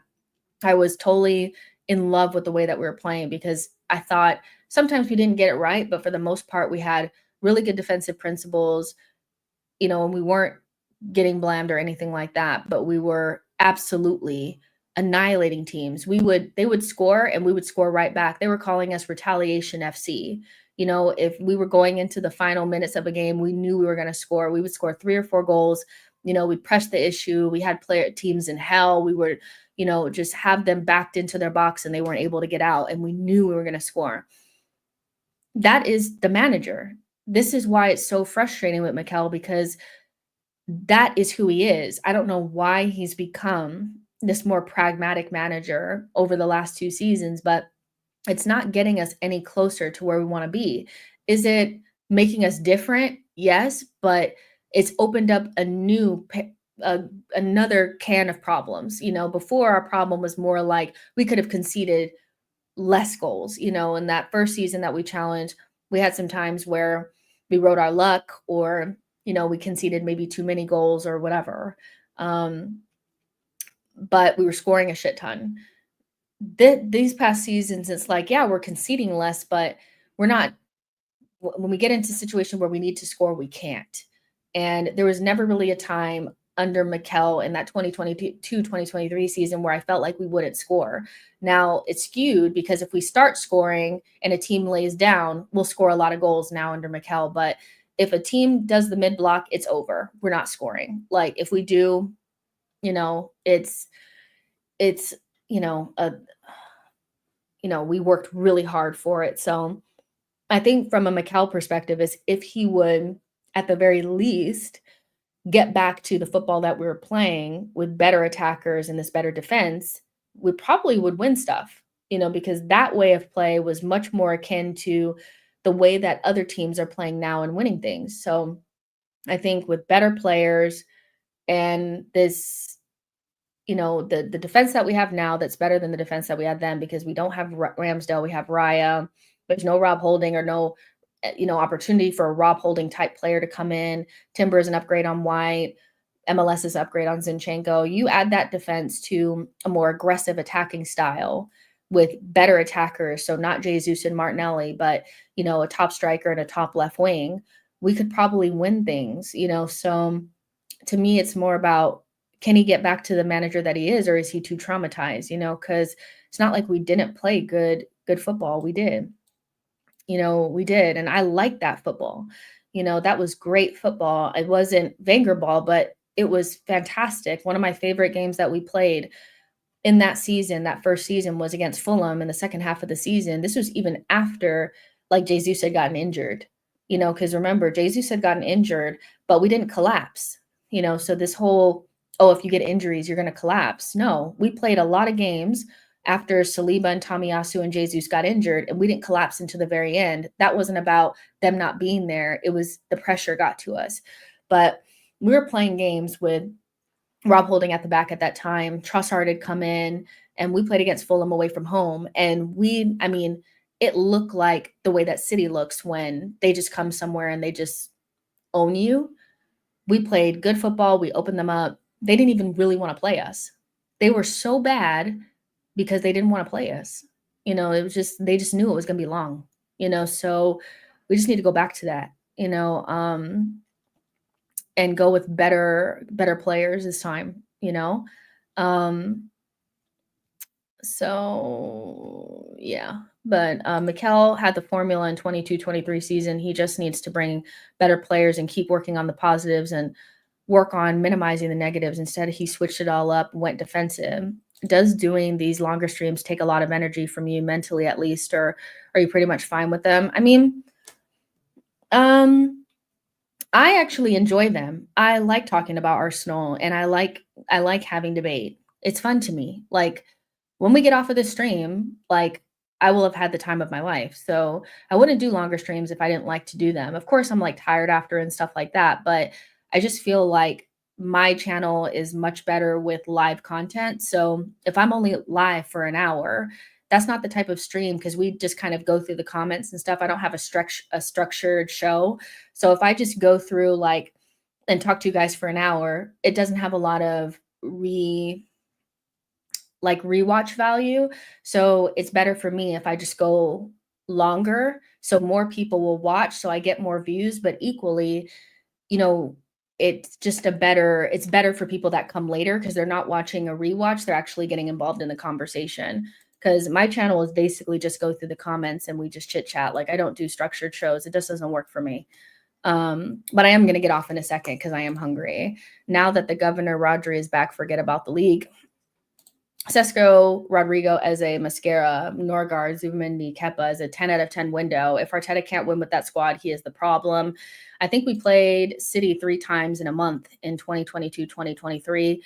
Yeah, because we lost to them in the FA Cup, right? And that was first. And then we had played like a rotated squad. And then we played a rotated squad. And then I know we lost to them at home. And that's when I got scared. I was like, I think we're going to lose now. We're going to lose the league because you can't lose to them at home because then the requirement is that you lose or you have to beat them away. And the way that we lost was very troublesome. But I don't think we'd ever lose games like that again, where we give up like 2 or 3 goals really quickly. So yeah, but let's see. Brian and Bomo has told Brentford, Tottenham, he will only join Manchester United if he leaves Brentford this summer. Let's see. He will only join Man United proposals 45 plus 10 and 55 plus 7 point. Still short. Brentford valuation talks ongoing. Tottenham deny making any offer. Okay. In the last few hours, Tottenham have backed off of Eze. What's going on with them? Why don't they just hold it? I don't understand why clubs do this, why they act like they were never in for a player. I don't get it. It's not that big of a deal to get rejected. But yeah, I'm gonna go ahead and go anyway, you guys, because we've talked at nauseum. But listen, we'll agree to disagree. We will agree to disagree. Oh, African Soldier, I'll read out your comments too as well, because I forgot, but about the super chats. But Arteta is not the man to take us to the promised land. I'm not gonna lie, and I'm not gonna lie, he has made us solid though. And I feel the exact same way. It's like I would never lie and say that I don't think he's a good coach. I don't think that he's made us better. He's made us better. He's done a lot of good things. I just don't know if he's good enough to win us a Champions League and a Premier League and, win trophies year on year. Not go trophyless like 5 seasons in a row or 4 seasons in a row, whatever it is. So yeah, I totally agree with that. And Brian Holiday says, what annoys me is people acting like winning more cups besides the FA Cup wouldn't have helped Mikel's standing is crazy to me. I think I read that one as well, but I agree. If he had won like a Europa League, a FA Cup and stuff, I mean, people would still be criticizing him for not winning the big ones, but it wouldn't be the same. It wouldn't be the same levels. But make sure you guys like and subscribe. If you guys are new to the channel, don't worry. We get into these tips all the time, but I love my people to death. We just have to agree to disagree on certain things. But in the end of the day, like, it is what it is. Like, so we will see. The proof will be in the pudding. But I'll talk to you guys tomorrow. Stay healthy, stay well, relax. And if anything happens, I will come back. But love y'all. Bye.